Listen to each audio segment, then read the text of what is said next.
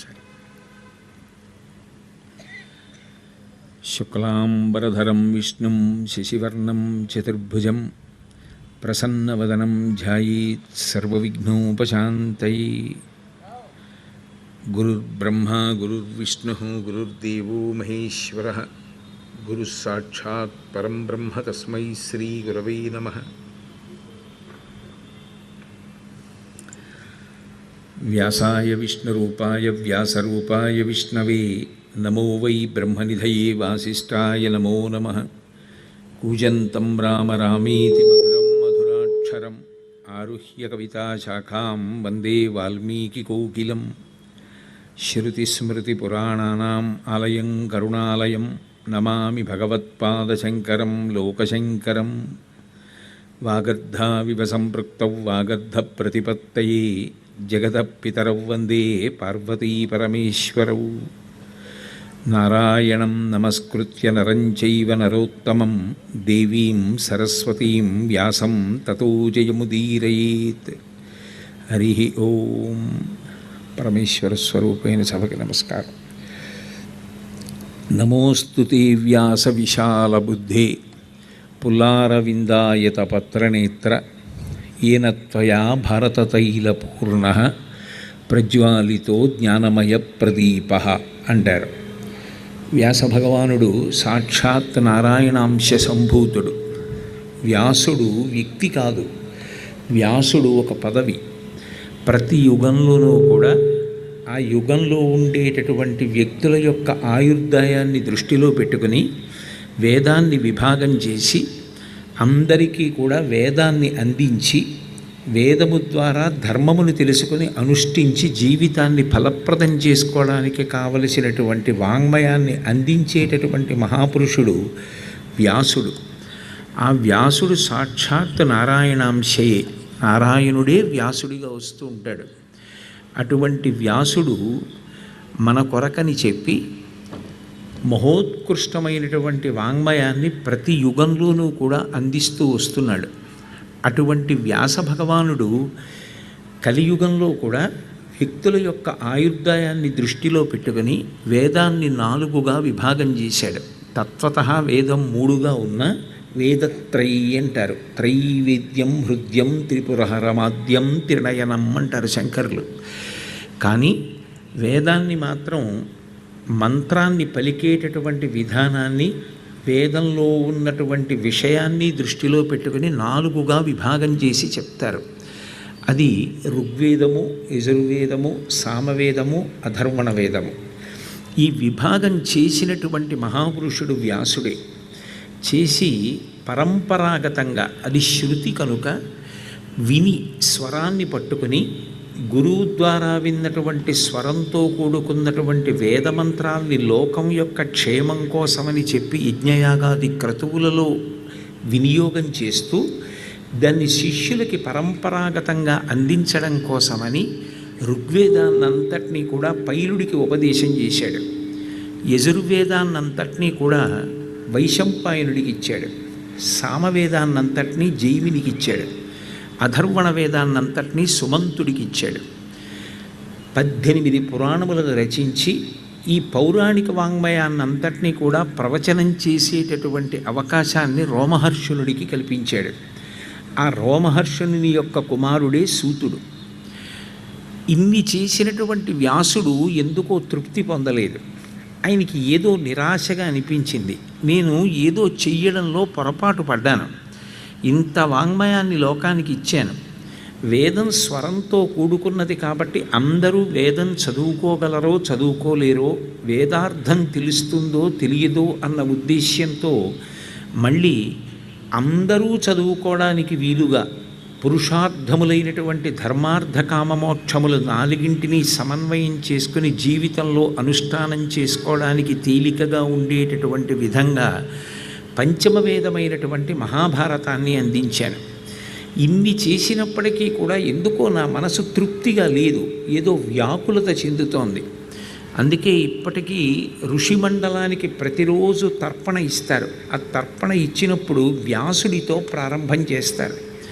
మహానుభావుడు లోకానికి ఎంతటి మహోపకారం చేశాడు అంటే వ్యాస అన్న మాటలోనే వకార యకార సకారములు ఉంటాయి. అమృతతుల్యమైనటువంటి వాక్కు ఊపిరి మీద ఆధారపడుతుంది. ఊపిరి తీసి దాన్ని విడిచిపెట్టేటప్పుడు వాక్కుగా మారుస్తారు. అమృతం ఎలా ఉంటుందో అటువంటి వాక్కులను సర్వభూతముల యొక్క హితం కోసమని అందించినటువంటి వారెవరో ఆయనని వకార యకార సకారములతో వ్యాస అని పిలుస్తారు. వ్యాస నిజానికి పేరు కాదు, అంత గొప్ప వాక్కులను అందించినవాడు కాబట్టి వ్యాస అంటారు. ఇన్ని చేసినప్పటికీ కూడా ఎందుకో వ్యాసుడికి తృప్తి కలగలేదు. నేను ఏదో అందించడంలో పొరపాటు పడ్డాను, ఎక్కడో నా వల్ల పొరపాటు జరిగింది, నేను ఏది ప్రధానమో అది లోకానికి అందించలేకపోయాను అని ఆయన చాలా నిరాశ చెంది సరస్వతీ నదీ తీరంలో కూర్చుని ఉన్నాడు. ఆయన కూర్చుని ఆలోచిస్తున్నటువంటి సమయంలో సాక్షాత్తుగా నారద మహర్షి బయలుదేరి వచ్చారు. వచ్చి వ్యాసుడి వంక చూసి ఒక మాట అన్నారు, నువ్వు సాక్షాత్తుగా వేరొక బ్రహ్మ వంటి వాడివి. బ్రహ్మగారు సృష్టినంతటినీ ఎలా చేస్తాడో నువ్వు వాంగ్మయాన్నంతటినీ అలా సృష్టించావు. ధాతవు, భారతశ్రుతి విధాతవు, వేద పదార్థజాత విజ్ఞాతవు, కామ ముఖ్య రిపుషట్క విజేతవు, బ్రహ్మతత్వ నిర్ణేతవు, యోగినేతవు, వినీతుడవీవు చెలించి చెలరే కాతుర కైవడిన్ వగవ కారణమేమి పరాశరాత్మజ అన్నాడు. పోతన గారు మహానుభావుడు ఎంతంత గొప్ప గొప్ప పద్యాలు ఇచ్చారో. ధాతవు, భారతశ్రుతి విధాతవు, పంచమవేదమైనటువంటి భారతాన్ని ఇచ్చావు లోకానికి. పైగా నువ్వు వేద పదార్థజాత విజ్ఞాతవు, వేదముల చేత ప్రతిపాదింపబడినటువంటి పరబ్రహ్మతత్వాన్ని బాగా అనుభవంలోకి తెచ్చుకుని పరబ్రహ్మతత్వాన్ని నిర్ణయం చేసినటువంటి సమర్థుడివి. కామముఖ్య రిపుషట్క విజేతవు, బయట శత్రువుల్ని గెలవడం కాదు, అంతఃశత్రువులైనటువంటి కామక్రోధలోభమదమోహమాత్సర్యములను గెలిచినటువంటి మహాపురుషుడివి. యోగినేతవు, నీకు తెలియని యోగం లేదు, అటువంటి గొప్ప యోగివి. వినీతుడవీవు, గురువులకు గురువు వ్యాసుడు. అందుకే ఉపన్యాసం చెప్తే మొట్టమొదట వ్యాసుడికి వాల్మీకి నమస్కారం చేస్తారు. కారణం ఏమిటంటే వ్యాసుడు చంద్రవంశాన్ని వర్ణించి భారతం చెప్పాడు, వాల్మీకి సూర్యవంశాన్ని వర్ణించి రామాయణం చెప్పారు. సూర్యుడు చంద్రుడు ఒకరోజు పగటివేళ రాత్రివేళ ఉంటారు. వాళ్ళిద్దరూ పగలు రాత్రి ఉంటే ఒక రోజు అవుతుంది. పూర్తిగా 24 గంటలు గడిచి ఒక రోజు పూర్తయింది అంటాం. వాంగ్మయానికి అంతటికీ కూడా సూర్యచంద్రుల వంటి వారు వ్యాస వాల్మీక మహర్షులు. అటువంటి వ్యాసుడివి. యోగినేతవు, వినీతుడవు, నీవు చెలించి చలరే కాతుర కైబడిన్ వగవ కారణమేమి పరాశరాత్మజ. ఓ పరాశరుడి యొక్క కుమారుడా, దీనికి నువ్వు ఇలా విచారం పొందావు, ఎందువల్ల నువ్వు నిరాశగా ఉన్నావు? ఇన్ని చేశావు కదా, అయినా నీ మనసులో ఎందుకు ఎక్కడో ఏదో తెలియనటువంటి నిరాశ కలిగింది అని అడిగాడు. అడిగితే నాకు అదే అర్థం కావట్లేదు. విచారవదనంతో ఉండడానికి కారణం ఎందుకో కానీ ఇంత వాంగ్మయాన్ని ఇచ్చినా నేను ఏదో ఇవ్వలేకపోయాను లోకానికి అన్న బాధ నాకుంది. ఇది భారతీయ తత్వం.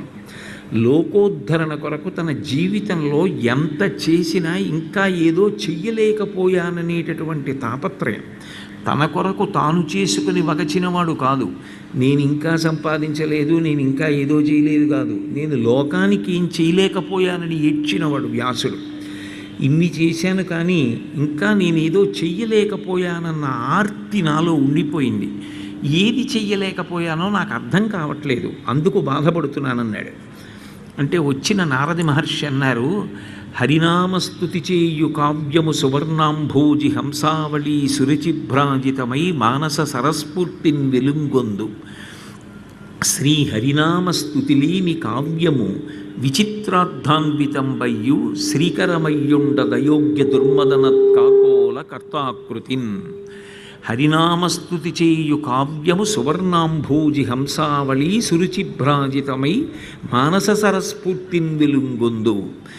ఎంత గొప్పగా కవిత్వం చెప్పగలిగిన వాడైనా ఏదో కేవల వర్ణనలతోటి లౌకికమైన విషయాలతో కూడుకున్నటువంటి కాల్పనిక సాహిత్యం ఏదుంటుందో అది మనిషికి ఉద్ధారకము కాదు. ఏ కావ్యమునందు భగవంతుని యొక్క నామము, భగవంతుని యొక్క కథ, భాగవతుల కథ, భాగవతులు భగవంతుని వలన పొందినటువంటి అనుగ్రహ విశేషము స్ఫూర్తిదాయకమై వర్ణింపబడుతుందో అటువంటి వర్ణనలతో కూడుకున్నటువంటి గ్రంథం మానస సరోవరం లాంటిది. మానస సరోవరానికి హంసలన్నీ వెడతాయి, వెళ్ళి మానస సరోవరం దగ్గర కూర్చుంటాయి.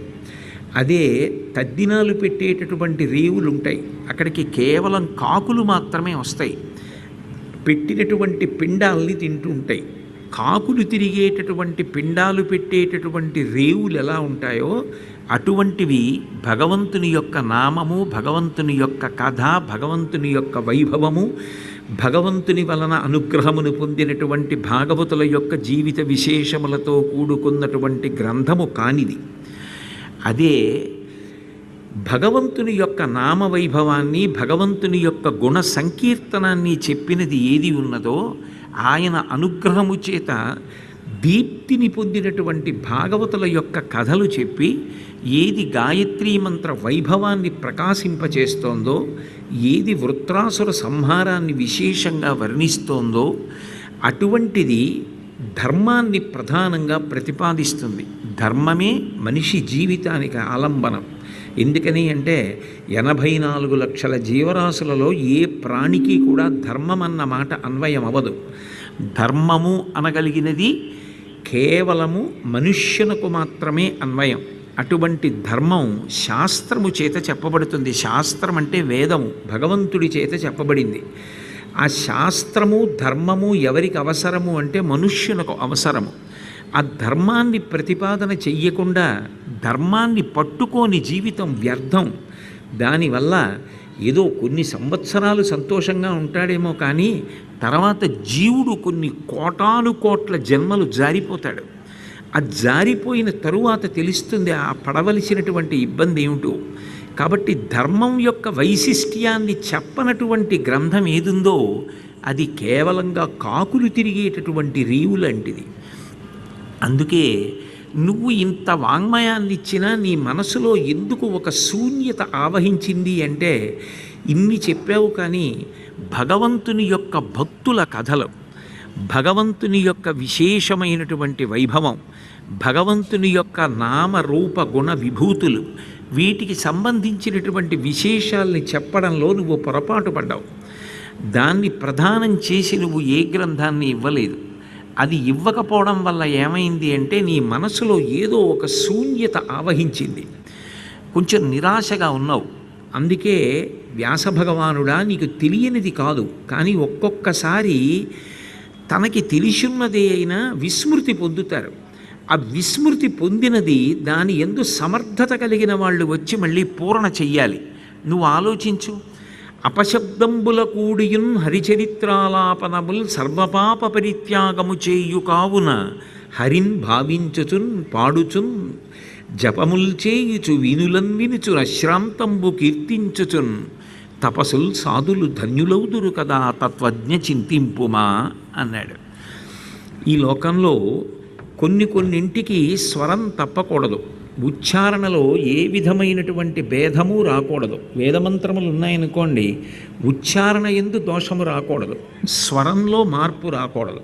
స్వరంలోనూ మార్పు రాకుండా ఆ మంత్రోచ్చారణ యందు కూడా మార్పు రాకుండా పలకగలిగితేనే దాని యొక్క వైభవం. అలా పలక లేకపోతే దాని వైభవం ఉండదు. కానీ భగవంతుని యొక్క నామము కానీ భగవంతుని యొక్క రూపగుణ విభూతులకు సంబంధించినటువంటి వైభవం కానీ పలికేటప్పుడు ఏదైనా కొద్దిగా దోషం వచ్చినా దానివల్ల ఏ విధమైన బాధ కలగదు. దాని వలన మనిషి నిజానికి అభ్యున్నతిని పొందుతాడు.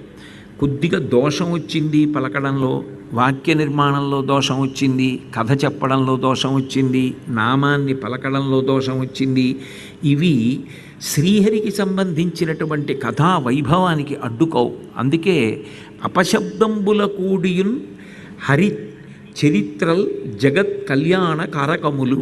అపశబ్దములు ఉన్నప్పటికీ కూడా అవి మనిషికి ఉద్ధరణ కల్పిస్తాయి. కాబట్టి హరిచరిత్రాలాపనముల్ సర్వపాప పరిత్యాగము చేయు కావున ఆయన యొక్క అవతారాలు కానీ ఆయన అవతారాలలో చేసినటువంటి లీలలు కానీ ఒక్కసారి స్మరించిన, చెప్పుకున్న, మాట్లాడుకున్న దాని వలన ఏమవుతుంది అంటే సకల పాప పరిత్యాగము, చేసినటువంటి పాపాలు కూడా పోతాయి. సర్వపాప పరిత్యాగము చేయు కావున హరిన్ భావించుచున్, మనసులో హరిని భావిస్తూ ఉంటారు. జపములు చేయుచు ఆయన గురించి జపం చేస్తారు. ఎంతో సంతోషంగా వీణులను వినుచు, చెవులతో వింటూ అశ్రాంతంబు కీర్తించుచున్, ఆ మహానుభావుని యొక్క వైభవాన్ని నోరార కీర్తిస్తారు. కాబట్టి అశ్రాంతంబు కీర్తించుచున్ తపసుల్ సాధులు ధన్యులౌదురు కదా తత్వజ్ఞ చింతింపుమా. తత్వజ్ఞ, తత్వమంతా తెలిసున్నవాడా, తెలిసుండి కూడా ఎక్కడో ఒక విషయంలో విస్మృతిని పొందావు. నువ్వు బాగా ఆలోచించు. అసలు అందరూ ఏ మహానుభావుడి యొక్క లీల వింటూ ఉంటారో, ఆయన యొక్క లీలల్ని స్మరిస్తూ ఉంటారో, ధ్యానం చేస్తూ ఉంటారో, తలుచుకుని తన్మయత్వంతో మళ్ళీ మాట్లాడుకుంటూ ఉంటారో, ఆ కథల గురించి నువ్వు మాట్లాడలేదు. అది మాట్లాడకపోవడం, అది చెప్పకపోవడం, అది రచించకపోవడం వల్ల నీ మనసులో ఇటువంటి ఆవేదన కలిగింది. కాబట్టి నువ్వు ఇప్పుడు అటువంటి గ్రంథాన్ని ఒకదాన్ని రచించు. అంటే దాన్ని రచించడం కోసం మళ్ళీ ఎంతో సంతోషాన్ని పొందినటువంటి వ్యాస భగవానుడు అదే సరస్వతీ నది తూర్పు ముఖంగా ప్రవహిస్తున్నటువంటి చోట శయ్యాశ్రమము అనబడేటటువంటి ఆశ్రమ ప్రాంగణంలో కూర్చుని ఆయన ఈ భాగవతాన్ని రచించడం ప్రారంభం చేశాడు.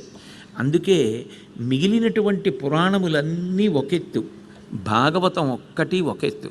అన్నీ వ్యాస భగవానుడు ఇచ్చినవి అయినా మిగిలిన పురాణములను లోకోద్ధరణ కొరకు వ్యాసుడు సంకల్పం చేసి ఇచ్చాడు. అన్నీ ఇచ్చినా నేను ఏదో ఇవ్వడంలో పొరపాటు పడ్డాననేటటువంటి అసంతృప్తి వ్యాసుడికి కలిగినప్పుడు నారద మహర్షి వచ్చి చేసినటువంటి ఉపదేశాన్ని దృష్టిలో పెట్టుకుని మళ్ళీ రచించినటువంటి గ్రంథం. ఏ గ్రంథం రచన చేస్తే వ్యాస భగవానుడి యొక్క మనసు తృప్తి పొందిందో అటువంటి గ్రంథం భాగవతం. పైగా భాగవతానికి ఉన్న గొప్పతనం ఏమిటంటే అది కలియుగంలో గొప్ప ఔషధం. కలియుగంలో ఉండేటటువంటి ప్రజలకి సర్వసాధారణంగా కలిపురుషుని యొక్క ఉద్ధతి వలన ఎటువంటి రుగ్మతలు కలిగి వాళ్ళు ఆధ్యాత్మిక పథంలో ముందుకి అడుగు వేసి ఊంచుకోలేరో, ఎక్కడ తడబడతారో ఆ తడబాటును దిద్ది ఆలంబనంగా నిలబడగలిగినటువంటి పురాణం భాగవతం. అందుకే నైమిషారణ్యంలో ఋషులందరూ సూతుణ్ణి అడిగినప్పుడు ఒక మాట అడిగారు. ఈ యుగంలో ఉండేటటువంటి మనుష్యులకు కలిపురుషుని యొక్క ఉద్ధతి వలన కొన్ని బలహీనతలు ఉంటాయి. అలసులు, మందబుద్ధియుతులు, అల్పతరాయువులు, ఉగ్రరోగ సంకలితులు, మందభాగ్యులు, సుకర్మములెవ్వి చెయ్యజాలరీ కలియుగమందు మానవులు. కావున ఎయ్యిది సర్వసౌఖ్యమయ్యలవడు ఏమిటంబడము ఆత్మకు శాంతి మునీంద్ర చెప్పవే అన్నారు. ఈ కలియుగంలో ఉండేటటువంటి ప్రజలని దృష్టిలో పెట్టుకుని చెప్పు. నైమిషారణ్యంలో మేము దీర్ఘసత్రయాగం చేస్తున్నటువంటి ఋషులకు చెప్పినా మాకు చెప్తున్నానని కాదు, కలియుగంలో ప్రజలందరికీ ఏది ఔషధమో అది చెప్పు. కలియుగంలో ఉండే రుగ్మత ఏమిటి ఔషధం తీసుకోవడానికి? ఏదైనా అనారోగ్యం ఉంటే కదా ఔషధం తీసుకోవడం. అంటే అలసులు, ప్రతిదానికి అలసట, ఉత్సాహవంతంగా ఏ మంచి పనిని సంకల్పం చేయడానికి ఇష్టపడరు. ఒకవేళ సంకల్పం చేసిన ఆ పని చేసేటప్పుడు వచ్చేటటువంటి అవరోధములకు భయపడి నేల పడిపోకుండా అదే ఉత్సాహంతో ముందుకు వెళ్ళగలిగినటువంటి పూనిక ఉండదు. అలసులు, మందబుద్ధియుతులు. బుద్ధి చాలా తీవ్రంగా ఉత్సాహంతో పనిచేసి ఎన్ని ప్రతిబంధకాలు వస్తుంటే అంత ఉత్సాహంతో దాటగలిగినటువంటి శక్తి ఉండదు. సర్వసాధారణంగా మనకెందుకు వచ్చిన గొడవ అని ధర్మం విషయంలో తప్పుకోవడానికి ప్రయత్నిస్తారు తప్ప ధర్మం కోసం నేను నిలబడతాను, ఎంత త్యాగమైనా చేస్తాను అన్న నమ్మకంతో నిలబడేవాడు ఉండడు. మందబుద్ధియుతులు, అల్పతరాయువులు. ఆయుర్దాయం కేవలం 100 సంవత్సరాలు. త్రేతాయుగంలో 60,000 సంవత్సరాల వయస్సులో రాజరికం చేశాడు దశరథ మహారాజు. ఈ తెల్లగొడుగు కింద నాకు 60,000 సంవత్సరాల వయస్సు వచ్చిందన్నాడు. కానీ కలియుగం దగ్గరికి వచ్చేటప్పటికి శతమానం భవతి, 100 సంవత్సరాలు. పైగా అన్నగత ప్రాణం, అన్నం తిన్నన్నాళ్లే ఆ శరీరానికి పటుత్వం. పైగా విశేషించి కొంత వయసు దాటిన తరువాత దేహము అంటారు. అంటే 50 సంవత్సరాలు వచ్చే వరకు శరీరం అంటారు, పెరుగుతుంది. 50 దాటితే దేహము అంటారు. అంటే అది ఇంకా దహింపబడడానికి సిద్ధపడిపోతూ ఉంటుంది, అది వెళ్ళిపోవడానికి దారులు వెతుక్కుంటుంది. ప్రజ్వరూపాఖ్యానమని భాగవతంలోనే చెప్తారు. అది వెళ్ళిపోవడానికి దారి వెతుక్కుంటుంది కాబట్టి, దహనం అవ్వడానికి సిద్ధపడిపోతూ ఉంటుంది కాబట్టి, ఆయుర్దాయం చూస్తే ఇంత తక్కువ. 100 ఏళ్ళు బ్రతికితే 100 ఏళ్ళు బతికాడు. ఆ 100 ఏళ్ళు బతికిన సగం నిద్రలో పోతుంది కాబట్టి 50 ఏళ్ళు. ఏమీ తెలియని బాల్యం లాంటి అవస్థ, ఆకలి, అన్నము, నిద్ర, స్నానము ఇటువంటివి అన్నీ పోతే మిగిలేటటువంటిది ఓ 25 ఏళ్ళు. ఆ 25 ఏళ్లలో డబ్బు సంపాదించుకోవాలి, కుటుంబాన్ని పోషించుకోవాలి, రకరకాలైనటువంటి తాపత్రయాలకు పోయేది 15 ఏళ్ళు, ఇక మిగిలేది 10 ఏళ్ళు. ఆ 10 ఏళ్లలో ఇంత విలువైనటువంటి మనుష్య జన్మని పొంది కూడా అసలు శాస్త్రం ఏమిటి, గురువేమిటి, కలియుగం ఏమిటి, కలిపురుషుని యొక్క ఉద్ధత ఏమిటి, నేనేది వినాలి, ఏది అనుష్ఠించాలి, జీవితంలో నేను ఎలా బాగుపడాలి, మళ్ళీ రమ్మంటే వచ్చేది కాదు మనుష్య జన్మ అన్న తాపత్రయం ఉండి కాలాన్ని సద్వినియోగం చేసుకునేటటువంటి స్థితి కలిగినటువంటి వాళ్ళు బహు తక్కువ ఉంటారు. కాబట్టి అల్పతరాయువులు, ఉగ్రరోగ సంకలితులు, ఎన్నెన్ని ఔషధాలు కనిపెట్టబడుతుంటాయో, ఎంతంతమంది వైద్య నిపుణులు వస్తుంటారో అంతగా వైద్యులకు కూడా ఔషధాలకు కూడా లొంగనటువంటి ఉగ్రమైన వ్యాధులు వస్తుంటాయి. ఉగ్రరోగ సంకలితులు, మందభాగ్యులు. మందభాగ్యులు అంటే భాగ్యం లేనివారు అని అర్థం చెప్పకూడదు. తనకు అనారోగ్యంగా ఉందన్నా, తన భోగం అనుభవించాలన్నా డబ్బు ఉంటుంది. ఏదైనా ధార్మికమైన కార్యక్రమం చెయ్యాలి అంటే మన దగ్గర ఏముందిలేండి అవన్నీ చేయడానికి అంటాడు. మందభాగ్యుడు అన్న మాటకు అర్థం ఏమిటంటే తనని ధర్మానుష్ఠానంలో లెక్కలో పెట్టుకోడు. ఎంతసేపు ఏమిటంటే నేను సంపాదించిన దాంతో ఈ శరీరం సుఖపడుతోందా, మా ఆవిడ పిల్లలు సుఖపడుతున్నారా, సంపాదించి వాళ్ళ కోసం చాలా ఇచ్చానా, మంచిదే, కానీ లెక్కలోకి నువ్వు తీసుకొని వాడు ఉన్నాడు, వాడు నీ జీవుడు. వాడు ఇవాళ పూర్వపుణ్యానికి సంపాదించాడు, కానీ ఆ పూర్వపుణ్యం వ్యయమైపోతోంది, దాని అనుభవం వచ్చేస్తోంది, సుఖాన్ని పొందేస్తున్నావు. కానీ ఈ జీవుడు శరీరాన్ని వదిలేస్తాడు. వదిలిపెట్టేసిన తర్వాత మళ్ళీ ఇంకో శరీరంలోకి వెడతాడు. వెళ్ళినప్పుడు ఇక్కడ చెయ్యని పుణ్యం వచ్చే జన్మలో ఏమని అనుభవిస్తావో, ఏది అడ్డుపెట్టి భగవంతుడు మళ్ళీ నీకు భోగభాగ్యాలు సుఖాలు ఇవ్వాలి అంటే చేసిన పుణ్యం ఉంటే. ఆ చేసిన పుణ్యం లేకపోతే జీవుడు పొందేది ఏం లేదు. తనని దృష్టిలో పెట్టుకోడు. నేనేం చేస్తున్నాను, ఓపిక ఉంది కాబట్టో ప్రదక్షిణం చేశానా, ఓపిక ఉంది కాబట్టి 4 మంచి మాటలు చెప్పానా, ఓపిక ఉండగా భాగవతం ఎప్పుడైనా చదివానా, ఇంట్లో కోట్ల రూపాయల వస్తువులు ఉంటాయి, రామాయణం 6 కాండలు, భాగవతం 12 స్కంధాలే ఉండవు, అవే బరువు, మహాభారతం ఉండవు. అక్కర్లేనివి ఎన్నో గంటలు చదువుతాడు, గంటలు చూస్తాడు. రామాయణం, మహాభారతం, భాగవతం ఒక పూట చదవడానికి ఖాళీ ఉండదు. ఎందుకంటే అవి చదవడానికి కూడా అదృష్టం ఉండద్దు, అది ఆత్మోద్ధారకం. ఇందులో ఎన్నాళ్ళు ఉంటావు, నిత్యమా జీవితము నీటిపై బుగ్గ, నీటి మీద బుడగ ఎంతకాలం ఉంటుందో ఎవరికి తెలుసు, శరీరంలో నువ్వెంతకాలం ఉంటావో ఎవరికి తెలుసు. నళినీ జలమతి తరళం తత్వజీవితమతిశయ చపలం విద్ధిర్వ్యాధ్యభిమానగ్రస్తం లోకం శోకచ హంత సమస్తం అంటారు శంకర్లు మొహముద్గరంలో. తామరాకు మీద నీటి బొట్టు ఎంత స్థిరంగా ఉంటుందనుకుంటామో ఈ శరీరంలో జీవుడు కూడా అలాగే అంత స్థిరంగానే ఉంటాడు. ఎన్నాళ్ళు ఉంటాడంటే ఎవరికి తెలియదు. కాబట్టి అన్నిటికన్నా జాగ్రత్త పడవలసినది ఏది అంటే కురుపుణ్య మహోరాత్రం. నీకున్న దాంట్లో నువ్వు పుణ్యం చేస్తున్నావా, ఏమైనా మంచి పని చేస్తున్నావా, నీ జీవుణ్ణి ఉద్ధరించుకుంటున్నావా, చటుక్కునిది జారిపోయిందా శరీరం, ఇక ఆ జీవుడు ఏమైపోతాడు. ఇది ఉండగా కనీసం భగవన్నామం చెప్పావా ఎప్పుడైనా, ఒక్కసారి అయినా మంచి పుస్తకం చదివావా, మంచి మాట మాట్లాడావా, ఇది ఉండదు. ఇది ఉండకపోతే ఏమిటంటే మందభాగ్యులు. అది చెయ్యడానికి తప్ప మిగిలిన అన్నింటికీ సమయం ఉంటుంది, మిగిలిన అన్నిటికీ ఓపిక ఉంటుంది, మిగిలిన అన్నిటికీ డబ్బు ఉంటుంది. అంటే మీకు ప్రత్యక్షంగా ఉదాహరణ చెప్పాలంటే నా బోటిగాడు తన జీవుడి గురించి ఆలోచించుకోకుండా మిగిలిన వాటన్నింటి గురించి ఆలోచించుకుని మిగిలిన వాటన్నింటికీ ఖర్చు పెట్టడానికి వాటికి ఉంది. భగవంతుడి గురించి తన గురించి అంటే నిజానికి జీవుడి గురించి ఆలోచించుకోలేనివాడు. మందభాగ్యులు సుకర్మములేవియు చెయ్యజాలరు. మంచి పని చెయ్యండి అంటే చెయ్యడానికి ఉత్సాహం ఉండదు. మంచి వినండి, ఉత్సాహం ఉండదు. మంచి చదవండి, ఉత్సాహం ఉండదు. ధర్మాన్ని నమ్మండి, ఉత్సాహం ఉండదు. ధర్మాత్ములతో కలిసి ఉండండి, ఉత్సాహం ఉండదు.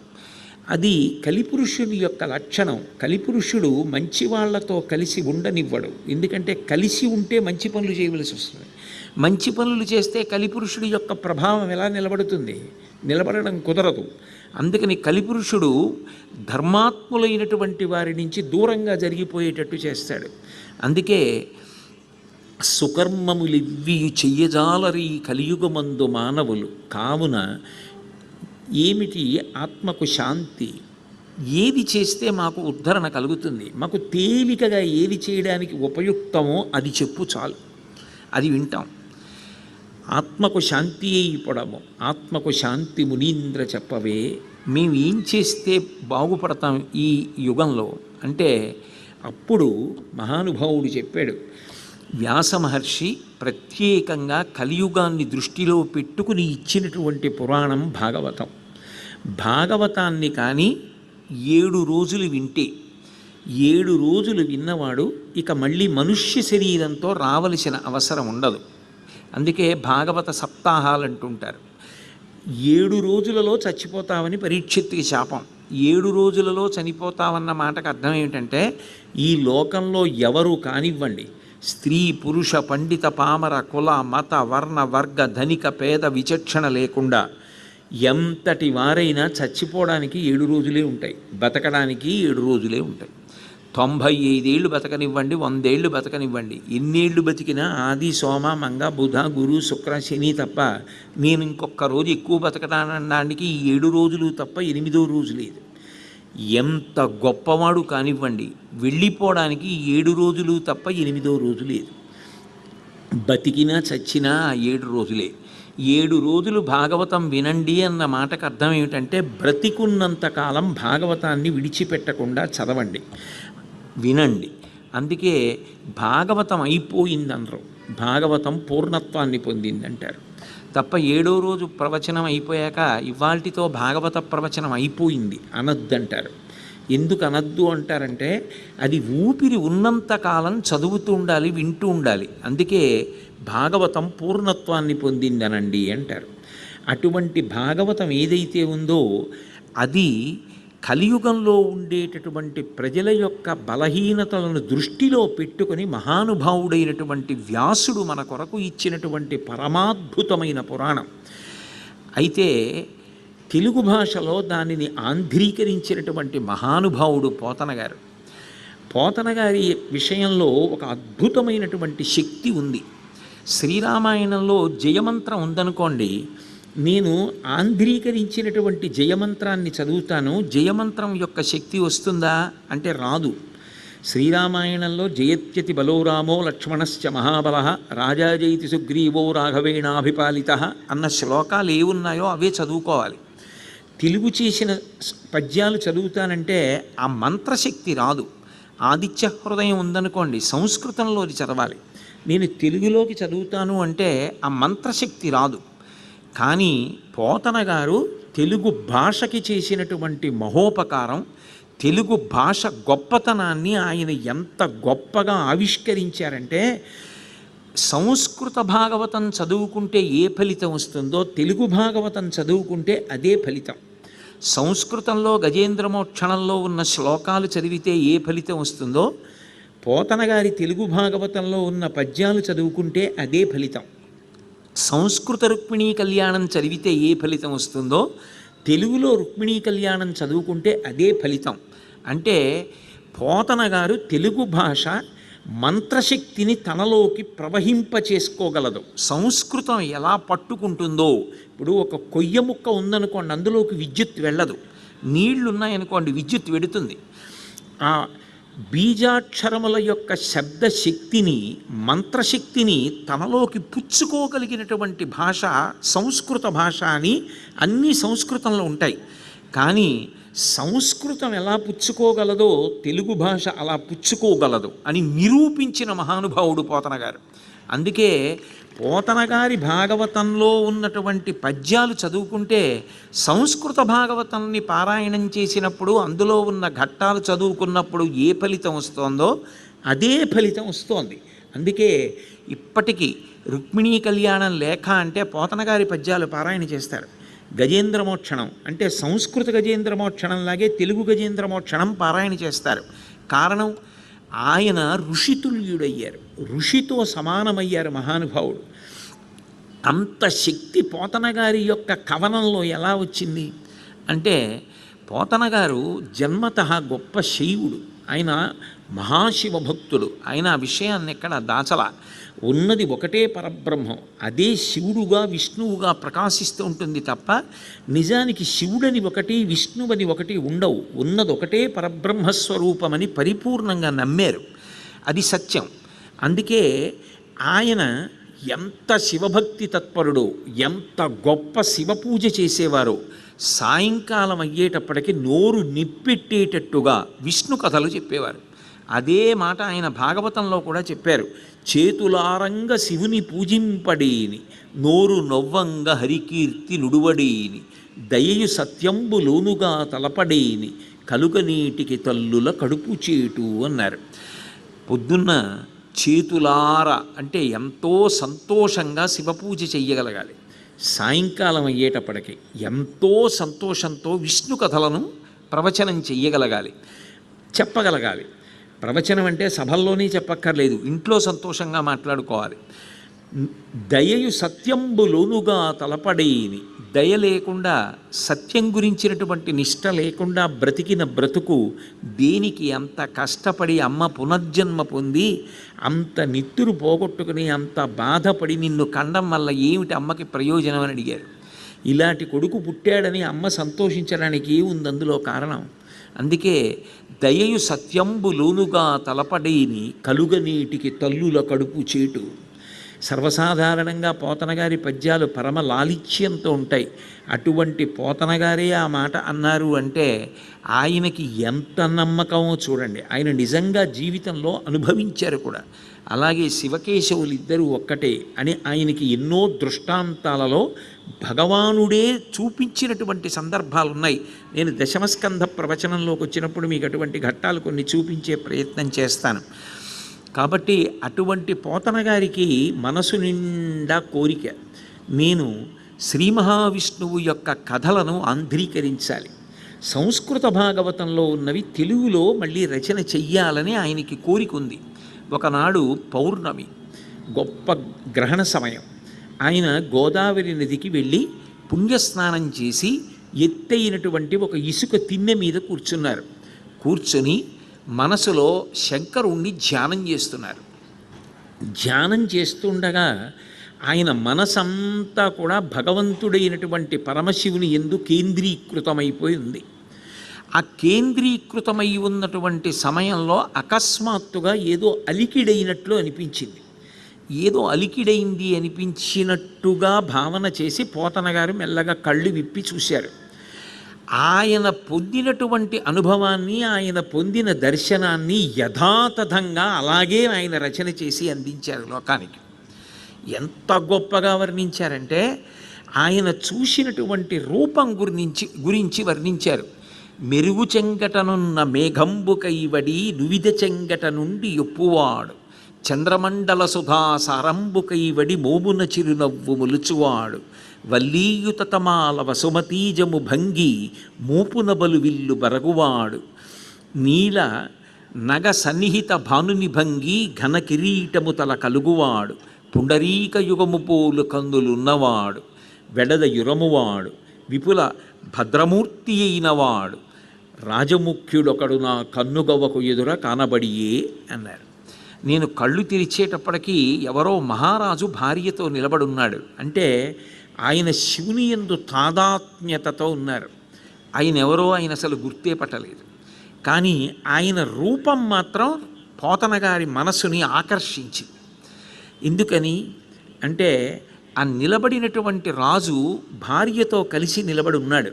ఆ నిలబడి ఉన్నప్పుడు మెరుగు చెంగటనున్న మేఘంబుకైవడి నువిద చెంగట నుండి ఒప్పువాడు, నల్లటి మబ్బు మీద సౌదామిని తటిల్లత సమరుచి షట్చక్రౌ పరిసంస్థిత అంటారే, నీలతో జత మధ్యస్థ విద్యుల్లేకే భువాస్వర అన్నట్టు నల్ల మబ్బు మీద మెరుపు తీగ వస్తే ఎంత గొప్పగా ఉంటుందో అలా నల్లగా ఉన్నటువంటి ఒక రాజు పక్కన మెరుపు తీగ లాంటి స్త్రీ ఉంది.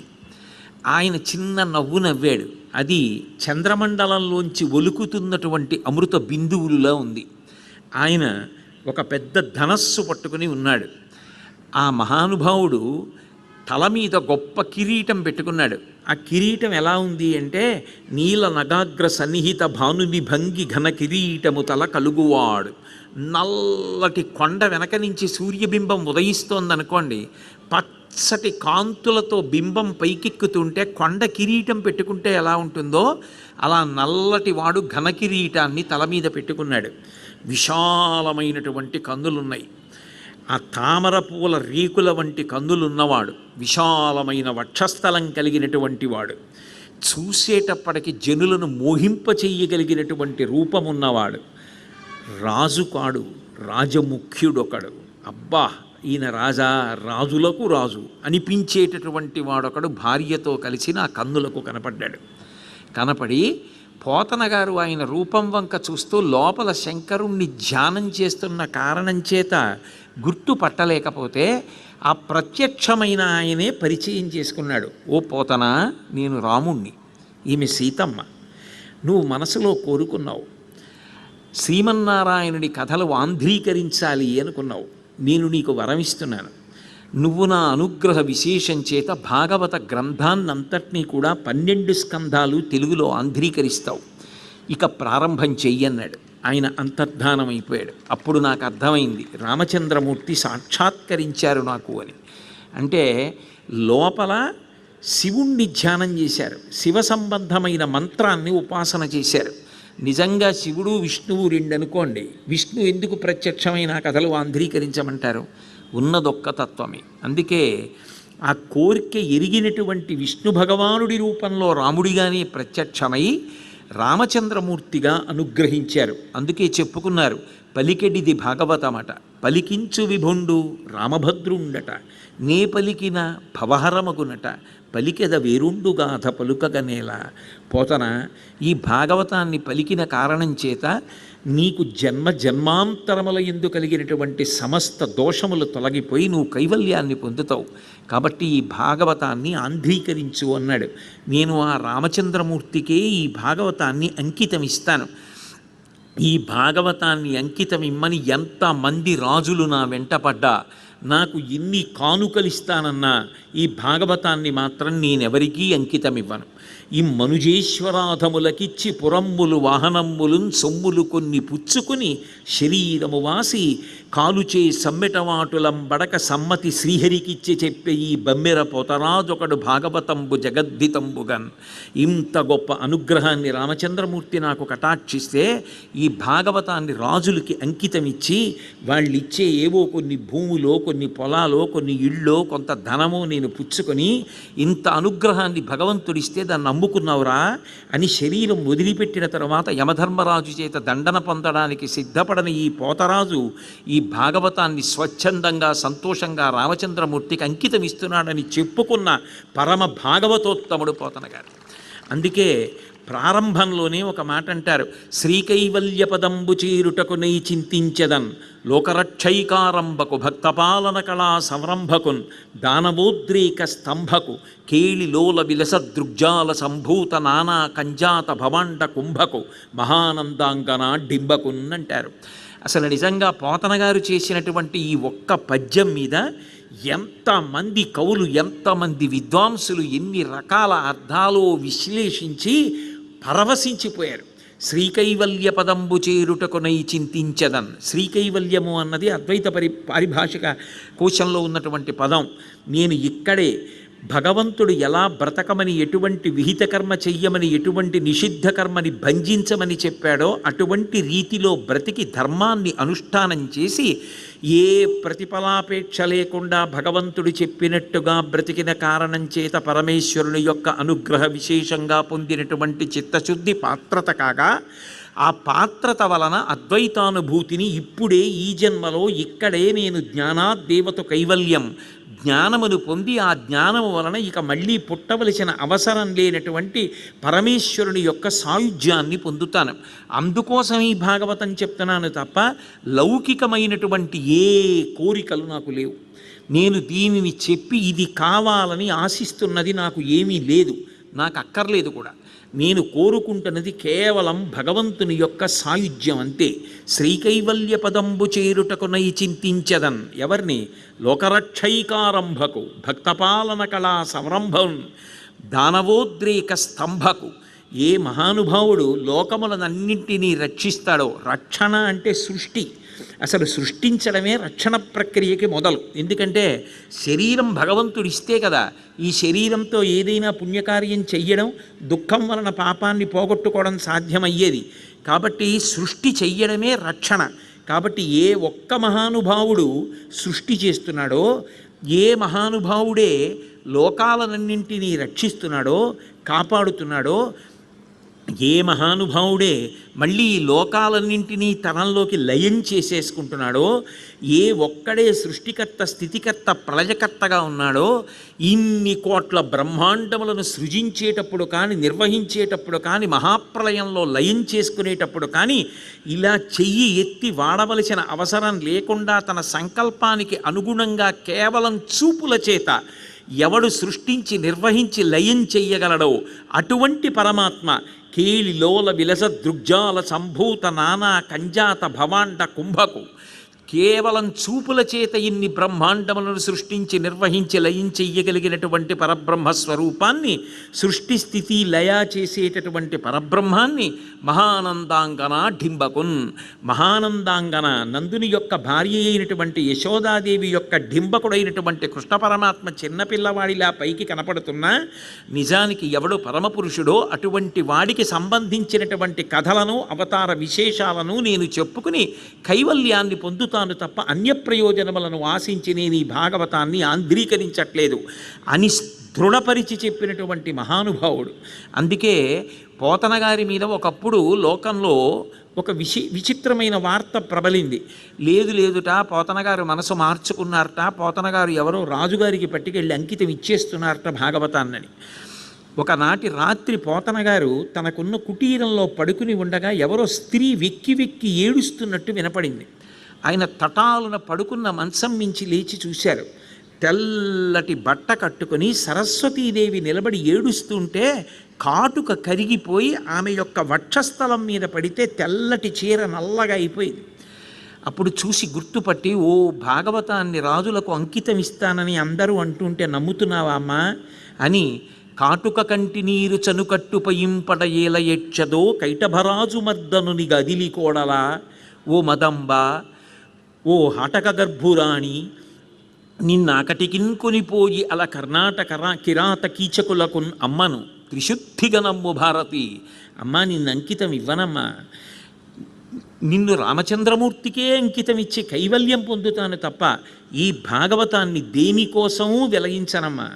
దీన్ని కొనగలిగిన వాడు లేడు. నేను ఈ భాగవతాన్ని ఎవ్వరికీ కూడా స్వార్థ ప్రయోజనాల కోసమని ఇవ్వట్లేదమ్మా అని చెప్పుకున్న మహానుభావుడు పోతన గారు. పోతన గారు చేసినటువంటి ఒక్కొక్క పద్యం ఎన్ని అర్థాలతో ప్రకాశించిందో మీకు ఉదాహరణకు ఒక్క మాట చెప్తాను. ఆ శ్రీకైవల్య పదంబు చేరుట కొనై అన్న పద్యంలోనే చిట్ట చివర మహానందాంగన డింబకున్ అంటారు. వారు గొప్ప శ్రీ విద్యోపాసకులు, ఆయనకి తెలియని రహస్యాలు లేవు. మహానందాంగన అంటే కొంతమంది మహాత్ములు అన్నారు, ఆనందములకు హద్దులు ఉంటాయి. మనుష్యానందము, దేవానందము, బృహస్పతి ఆనందము, ఇలాగా ఆ ఆనందములలో అన్నిటికన్నా పైహద్దు మహానందం. ఆ మహానందాంగన అంటే మహానందాంగనా స్వరూపంగా ఉండేది ఎవరు అంటే సాక్షాత్ పరదేవత ఉంటుంది, కామాక్షి పరదేవత. ఆ కామాక్షి పరదేవత యొక్క డింబకుడు. ఎందుకని?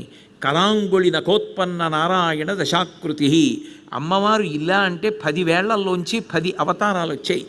దశావతారాలు ఎవరి వేళ్లలోంచి వచ్చాయో అటువంటి మహానందాంగన అయినటువంటి పరదేవత యొక్క బిడ్డడుగా 10 రూపములను పొందినటువంటి విష్ణు కథలను చెప్తున్నాను అని చెప్పడం ఒక అర్థం. ఆ ఒక్క శ్రీకైవల్య పదంబు చేరుటకునై చింతించదన్ లోకరక్షైకారంభకు భక్తపాలన కళా సంరంభకున్ దానవోద్రీక స్తంభకు కేళిలోల విలస దృగ్జాల సంభూత నానాకంజాత భవండ కుంభకు మహానందాంగన డింబకున్నని ఒక్కొక్క పద్యంలో ఎన్ని ప్రయోగాలు చేశారో మహానుభావుడు. ఆంధ్రీకరించడం ప్రారంభిస్తూ ఆయన కులదైవం దుర్గమ్మ, ఆ దుర్గమ్మని ప్రార్థన చేశారు. అమ్మలగన్నయమ్మ ముగురమ్మల మూలపుటమ్మ చాలా పెద్దమ్మ సురారులమ్మ కడుపారడి బుచ్చినయమ్మ తన్నులు నమ్మిన వెల్పుటమ్మల మనంబున ఉండెడియమ్మ దుర్గమాయమ్మ కృపాబ్ధినిచ్యుత మహత్వ కవిత్వ పటుత్వ సంపదల్ అన్నారు. అందులో ఇన్ని మాటలో అమ్మ అమ్మ అమ్మ అమ్మ అంటారు, ఆదరోక్తి అంటారు. ఏదైనా ఒక విషయం మీద మీకు విశేషమైన ప్రేమ ఉందనుకోండి, అమ్మ ఎదురుగుండా నిలబడి ఉందనుకోండి, మాట్లాడేటప్పుడు అమ్మ అమ్మ అమ్మ అమ్మ అంటాం. ఎదురువారిని చూసినప్పుడు మీకు గొప్ప ఆదరభావం కలిగిందనుకోండి, గౌరవం కలిగిందనుకోండి, వారితో మాట్లాడేటప్పుడు అమ్మ అమ్మ అమ్మ అని 4 మాటలు అమ్మ అని పిలిచి మాట్లాడతారు. అంటే ఆదరభావం. పరదేవత పేరు చెప్పేటప్పటికీ పోతన గారికి ఉండేటటువంటి ఆదరభావానికి ఈ పద్యం గుర్తు. అమ్మలగన్నయమ్మ, అమ్మలని కన్నా అమ్మ, ముగురమ్మల మూలపుటమ్మ, 3 అమ్మలకి మూలమైన అమ్మ. ఎవరావిడ అంటే దుర్గమాయమ్మ. ఆయనే చెప్పేశారు. ఏ అమ్మలని కన్నా అమ్మ అంటే మనం లోకంలో 8 మాతృకా స్వరూపాలని చెప్తాం, అష్టమాతృకలు అని వాళ్ళని ప్రధానం చేసి మాట్లాడతారు. 2 అమ్మలగన్నయమ్మ అంటే ఈ వాంగ్మయం అంతా దేంట్లోంచి వచ్చింది అంటే 51 మాతృకావర్ణములలోంచి వచ్చింది. ఆ 51 అక్షరాల్ని మాతృకలు అంటారు. ఆ మాతృకా వర్ణములన్నీ కూడా అమ్మవారి దగ్గర నుంచే వచ్చాయి కాబట్టి అమ్మలగన్నయమ్మ సమస్త వాంగ్మయ స్వరూపిణి. అందుకే ఆదిక్షాంత సమస్త వర్ణనికరీ శంభు ప్రియేశాంకరి అంటారు శంకర్లు. అటువంటి అమ్మ అమ్మలగన్నయమ్మ, ముగురమ్మల మూలపుటమ్మ, మహాకాళి మహాలక్ష్మి మహాసరస్వతి స్వరూపిణి అయి 3కి అమ్మ అయినటువంటి చండీపరాదేవత. అటువంటి చండీపరాదేవతని స్తోత్రం చేశారు పోతన గారు. కాబట్టి అమ్మలగన్నయమ్మ ముగురమ్మల మూలపుటమ్మ చాలా పెద్దమ్మ. చాలా పెద్దమ్మ అంటే ఏ చండీపరాదేవత శ్రీచక్రం యొక్క బిందువు మీద రాజరాజేశ్వరీ స్వరూపంగా పాలకురాలై కూర్చుని ఉంటుందో, ఏ తల్లి అనుగ్రహంతో ఒక్కసారి చూసినా ఆవిడ బొటనవేలికున్నటువంటి కాలి బొటనవేలి కాంతి ఆ హోమం జరిగినప్పుడు చండీపరదేవత సంతోషించినప్పుడు విస్తరిస్తే ఎంత గొప్ప కోరికలైనా తీరుతాయో. శంకరులంతటి వారంటారు సౌందర్యలహరిలో, నఖైర్నాకస్త్రీణాం కరకమల సంకోచశిశిభి తరుణాం దివ్యాణాం హసత ఇవతే చండిచరణౌ ఫలాని స్వస్థేభ్య కిసలయకరాగ్రేణ దదత దరిద్రేభ్యో భద్రాం శ్రియమనిషమాహ్నాయ దదతౌ అంటారు. అంత శక్తివంతురాలు ఆ చండీపరదేవత. అందుకే ఆ మహాకాళి మహాలక్ష్మి మహాసరస్వతి స్వరూపమైనటువంటి చండీపరదేవత రాజరాజేశ్వరిగా శ్రీచక్ర బిందువు మీద కూర్చునుంటే, పరిపాలకురాలై ఆమె కూర్చునుంటే అమ్మలగన్నయమ్మ ముగురమ్మల మూలపుటమ్మ చాలా పెద్దమ్మ సురారులమ్మ కడుపారడి బుచ్చినయమ్మ. సురారులు అంటే రాక్షసులు. రాక్షసుల కన్న తల్లి ఏడిచేటట్టుగా రాక్షస సంహారం చేయగలిగినటువంటి తల్లి. అందుకే అవతారాలు స్వీకరిస్తుంది. దేవీ భాగవతంలో ప్రతిజ్ఞ చేస్తుంది, యదా యదా హి సాధూనాం దుఃఖం భవతి దానవ తదా తేషాంచరక్షార్థం దేహం సంధారయామ్యహం అంటుంది. నేను ఎప్పుడెప్పుడు పరమ భాగవతులైన వాడిని బాధ పెట్టేటటువంటి రాక్షసులు ప్రబలుతారో అప్పుడప్పుడు వాళ్ళని మర్దించడానికి అవతార స్వీకారం చేస్తానంటుంది. అటువంటి తల్లి కాబట్టి సురారులమ్మ కడుపారడి బుచ్చినయమ్మ తన్ను లోనమ్మిన వేల్పుటమ్మల మనంబున ఉండెడియమ్మ. ఎప్పుడు ఆ చండీపరదేవతని దృష్టిలో పెట్టుకుని శ్రీచక్రము యొక్క చుట్టూ ఉన్నటువంటి 8 స్థానములలో నిలబడి ఉండేటటువంటి అమ్మవార్లు ఉంటారు. వాళ్ళని అష్టమాతృకలు అని పిలుస్తారు. బ్రాహ్మి, మహేశ్వరి, వైష్ణవి, అలాగే కౌమారి, మాహేంద్రి, చాముండ, మహాలక్ష్మి, ఇటువంటివి 8 స్వరూపాలు. ఈ 8 అష్టమాతృకలు అంటారు. వీళ్ళు శ్రీచక్ర బిందువుకి చుట్టూ ఉంటారు 8 స్థానాల్లో. కాబట్టి ఆ సురారులమ్మ కడుపారడి బుచ్చిన యమ్మ తన్ను లోనమ్మిన వేల్పుటమ్మల మనంబున ఉండడి అమ్మ దుర్గా మా అమ్మ. ఆ దుర్గమ్మ మా అమ్మ. దుర్గ మాయమ్మ కృపాబ్ధినిచ్యుత మహత్వ కవిత్వ పటుత్వ సంపదల్. ఆ తల్లి నాకు మహత్వము, కవిత్వము, పటుత్వము, సంపద ఇవ్వాలి. నిజానికి పోతన గారు చేసిన అద్భుత ప్రయోగం ఏమిటంటే ఈ పద్యంలో సంస్కృతంలో బీజాక్షరాల్ని లలితా సహస్రనామ స్తోత్రం చదివేటప్పుడు, చండీపరదేవతా మంత్రాలు చెప్పేటప్పుడు ఏవి వాడతారో వాటిని తెలుగు పద్యంలోకి తీసుకొచ్చేశారు. మహత్వ ఓం, కవిత్వ ఐం, పటుత్వ హ్రీం, సంపదల్ శ్రీం, అమ్మలగన్నయమ్మ మొగురమ్మల మూలపుటమ్మ చాలా పెద్దమ్మ శ్రీమాత్రే నమః. ఓం ఐం హ్రీం శ్రీం శ్రీమాత్రే నమః. ఎక్కడ ఉన్నా చెప్పుకోవడానికి వీలుగా దాన్ని తెలుగు పద్యంలోకి తర్జుమా చేశారు. అది ఒక్క పోతన గారికే సాధ్యం. పోతన గారి ఒక్కొక్క పద్యం అంటే అంత అద్భుతమైనటువంటి రీతిలో లోకానికి అందించారు.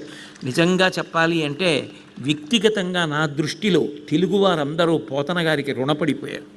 ఎందుకని అంటే వారు తెలుగువారి అభ్యున్నతి కోసం అంత గొప్ప గొప్ప పద్యాలు ఇచ్చారు. 11 సరస్వతీ మంత్రాలు ఉన్నాయి. ప్రతి సరస్వతీ మంత్రంలోనూ కూడా ధ్యాన శ్లోకం ఉంది.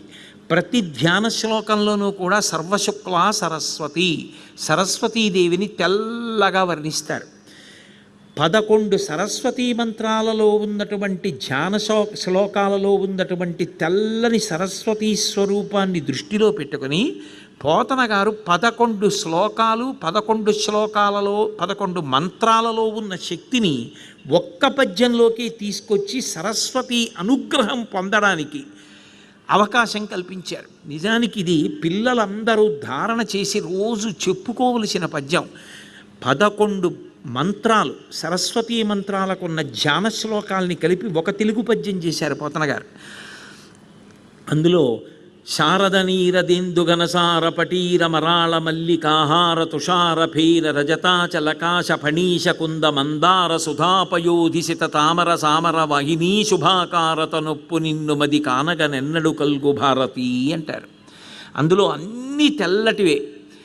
శారద నీరదేందు, ఆ చంద్రబింబం ఎలా ఉంటుందో అలా, ఆ తెల్లటి మబ్బు ఎలా ఉంటుందో అలా, తెల్ల తామర పువ్వు, శేషుడు, పాలసముద్రం అన్నీ తెల్లటివే. శారద నీరదేందు గనసార పటీర, కర్పూరం, తెల్లటి కర్పూరం, తెల్లటి గంధం, పటీర మరాళ, హంస, మల్లిక, మల్లెపువ్వు అన్నీ తెలిపే. ఎందుకని 11 మంత్రాల్లోనూ సర్వశుక్లా సరస్వతి ధ్యాన శ్లోకాన్ని దృష్టిలో పెట్టుకుని సరస్వతీ మంత్రాలన్నీ కలిపి ఒక తెలుగు పద్యం చేశారు పోతన గారు.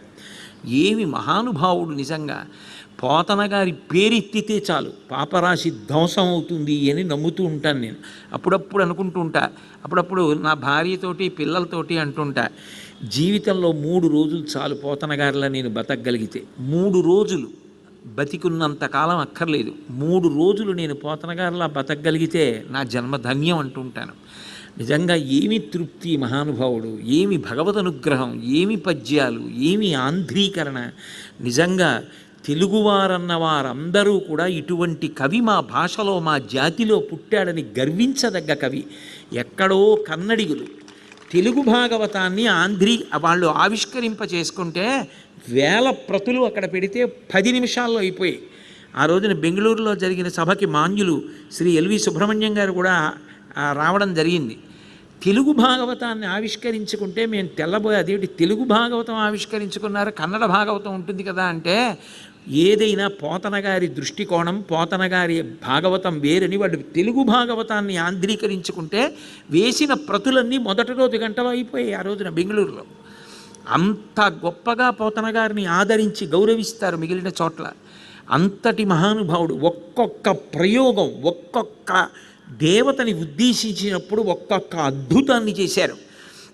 వాలిన భక్తి మెచ్చతన వారిత తాండవ కేళికి, దయాశాలికి, శూలికి, శిఖరిజా ముఖపద్మ మయూఖ మాలికి, బాలశశాంకమౌళికి కపాలికి మన్మథ గర్వ పర్వతోన్మూలికి నారదాది మునిముఖ్య మనస్సరసీరుహాళికిన్ అంటారు.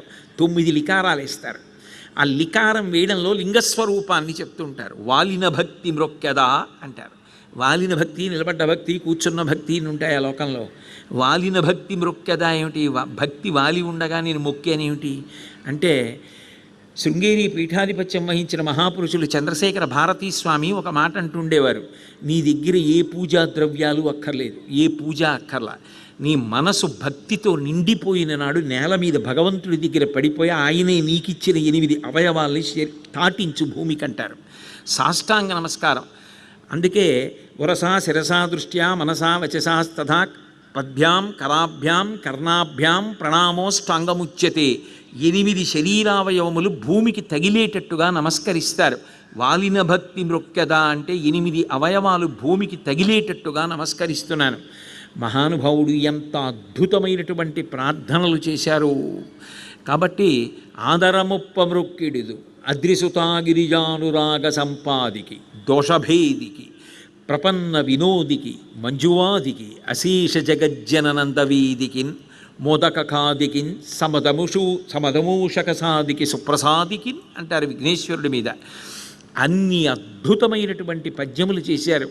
భాగవతం ప్రారంభం ఎక్కడవుతుంది అంటే శ్రీకృష్ణ నిర్యాణం అయిపోయిన తరువాత పరీక్షిత్ మహారాజు గారు భాగవతం వినడం దగ్గర మొదలవుతుంది. ఎందుకు అలా మొదలవుతుంది అంటే, అసలు భాగవతం పరీక్షిత్ ఏ కారణం చేత విన్నాడు అన్న దగ్గర ప్రారంభం కాకపోతే దానికి పూర్వాంగంగా కథంతా ముందుకొచ్చేస్తుందన్న ఉద్దేశ్యంతో శ్రీకృష్ణ నిర్యాణం అయిపోయిన తర్వాత పరీక్షిత్ భాగవతం వినడానికి సిద్ధపడినటువంటి ఘట్టం దగ్గరికి త్వరగా చేరింది భాగవతం ప్రథమ స్కంధంలోని. అందులో చాలా చాలా విశేషమైనటువంటి కొన్ని ముందుకు తీసుకొచ్చి చెప్తారు.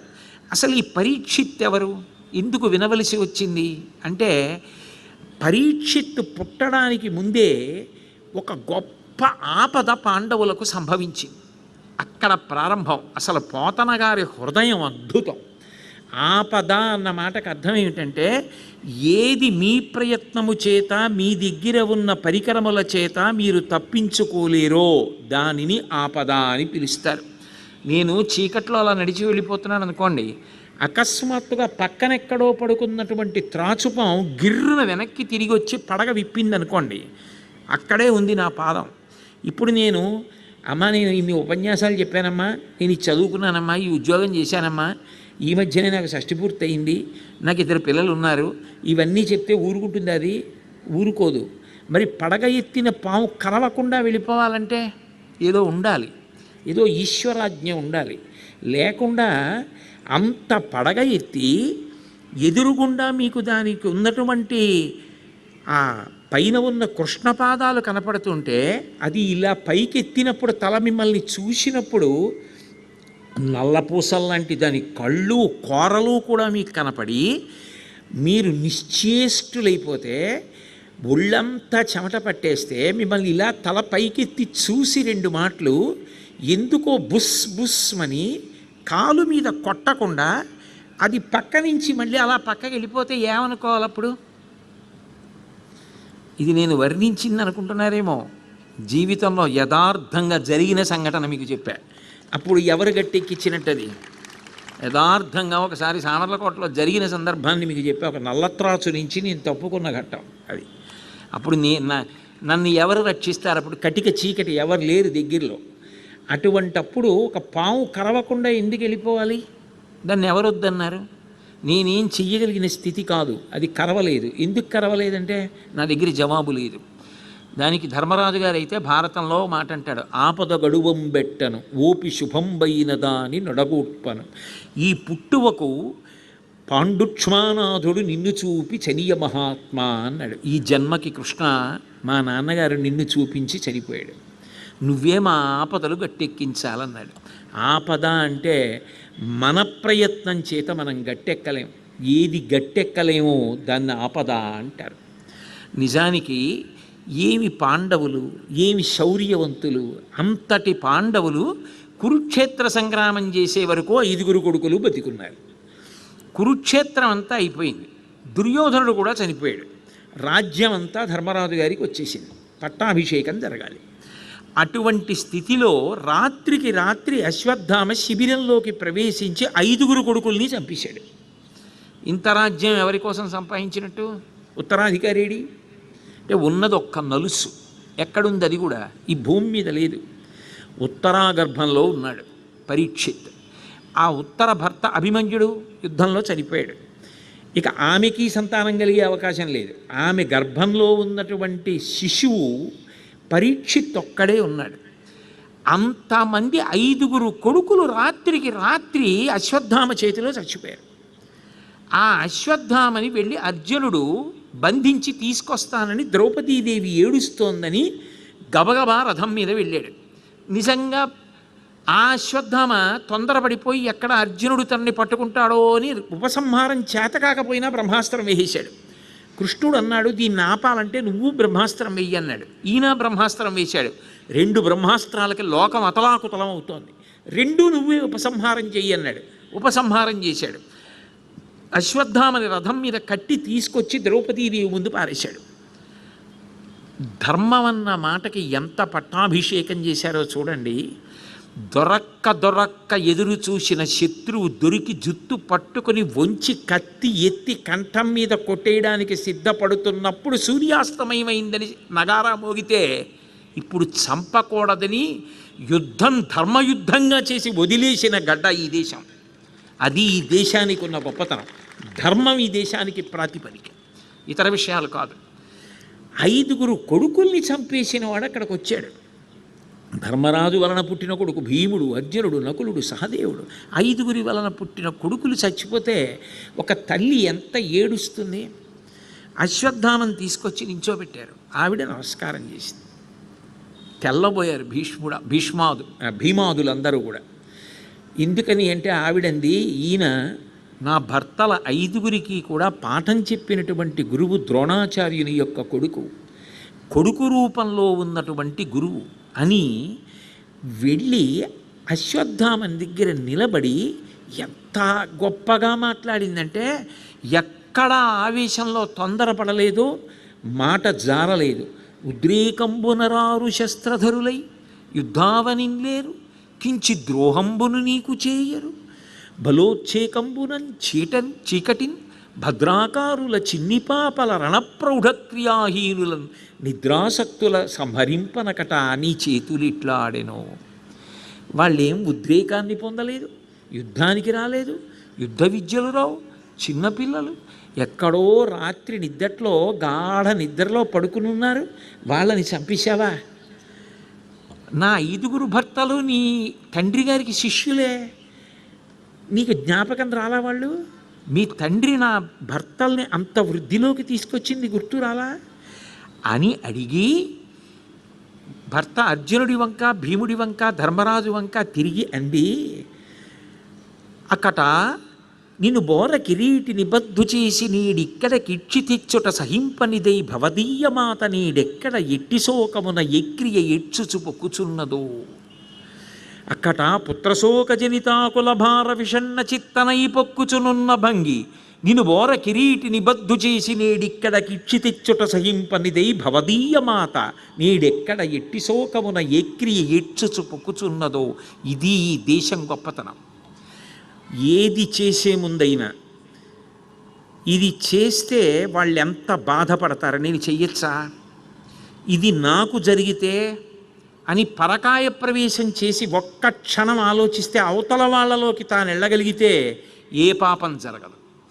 అది రాకపోవడం, అది పోవడమే సమస్త పాపాలకి కారణం. ఒరులేమేమి యునర్చిన నరవరా ప్రియము నీ మనంబున కగు తానొరలకునది చెయ్యకునికి పరాయణము పరమధర్మ పదములకెళ్ళనంటాడు భీష్ముడు అనుశాసనిక పరమంలో. ఏది చేసే ముందైనా ఒక్కటి ఆలోచించు, అది నీకు అవతల వాళ్ళు చేస్తే నువ్వెంత బాధపడతావు.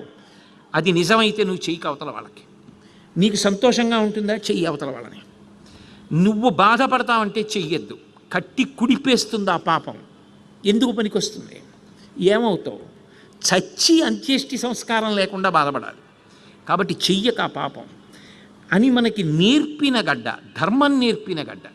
ఆ ధర్మం జీర్ణమైతే పాపాలకి తావు ఉండదు. ధర్మం ఛాందసం అనుకుంటే, ధర్మ ప్రబోధం ఛాందసం అనుకుంటే ఎంత ప్రమాదానికి దారి తీస్తుందో విజ్ఞులు అర్థం చేసుకోవాలి. కాబట్టి అంతటి తల్లి ఎంత ధర్మం మాట్లాడిందంటే 5 కొడుకులు చచ్చిపోయారు, ఇక రారు, నేను ఏడుస్తున్నాను. కానీ ఉన్నది ఒక్క కొడుకు ద్రోణుడికి. ఆ ఒక్క కొడుకుని అర్జునుడు కట్టి తీసుకొచ్చాడు. ఎక్కడ చంపేస్తారో అని ద్రోణాచార్యుల వారితో సహగమనం చెయ్యకుండా ఇతని కోసం బ్రతికున్న తల్లి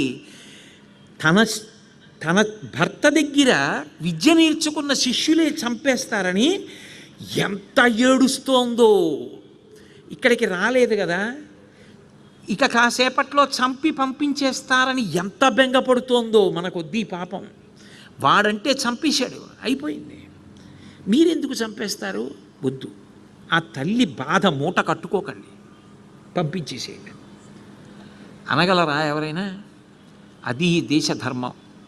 5 కొడుకులు పడినన్నాళ్ళు కష్టాలు పడింది, అయిపోయింది కురుక్షేత్రం. అమ్మయ్యా, పట్టాభిషేకం అవుతుంది, యువరాజులు అవుతారు అనుకున్న తరుణంలో 5 కొడుకులు పోయిన తల్లి మాట్లాడిన మాటలు ఇవి. ధర్మానికి పట్టాభిషేకం చేసి మాట్లాడింది. అటువంటి ద్రౌపదీదేవి పుట్టిన గడ్డ, అంత ధర్మానికి పట్టాభిషేకం చేసిన గడ్డ.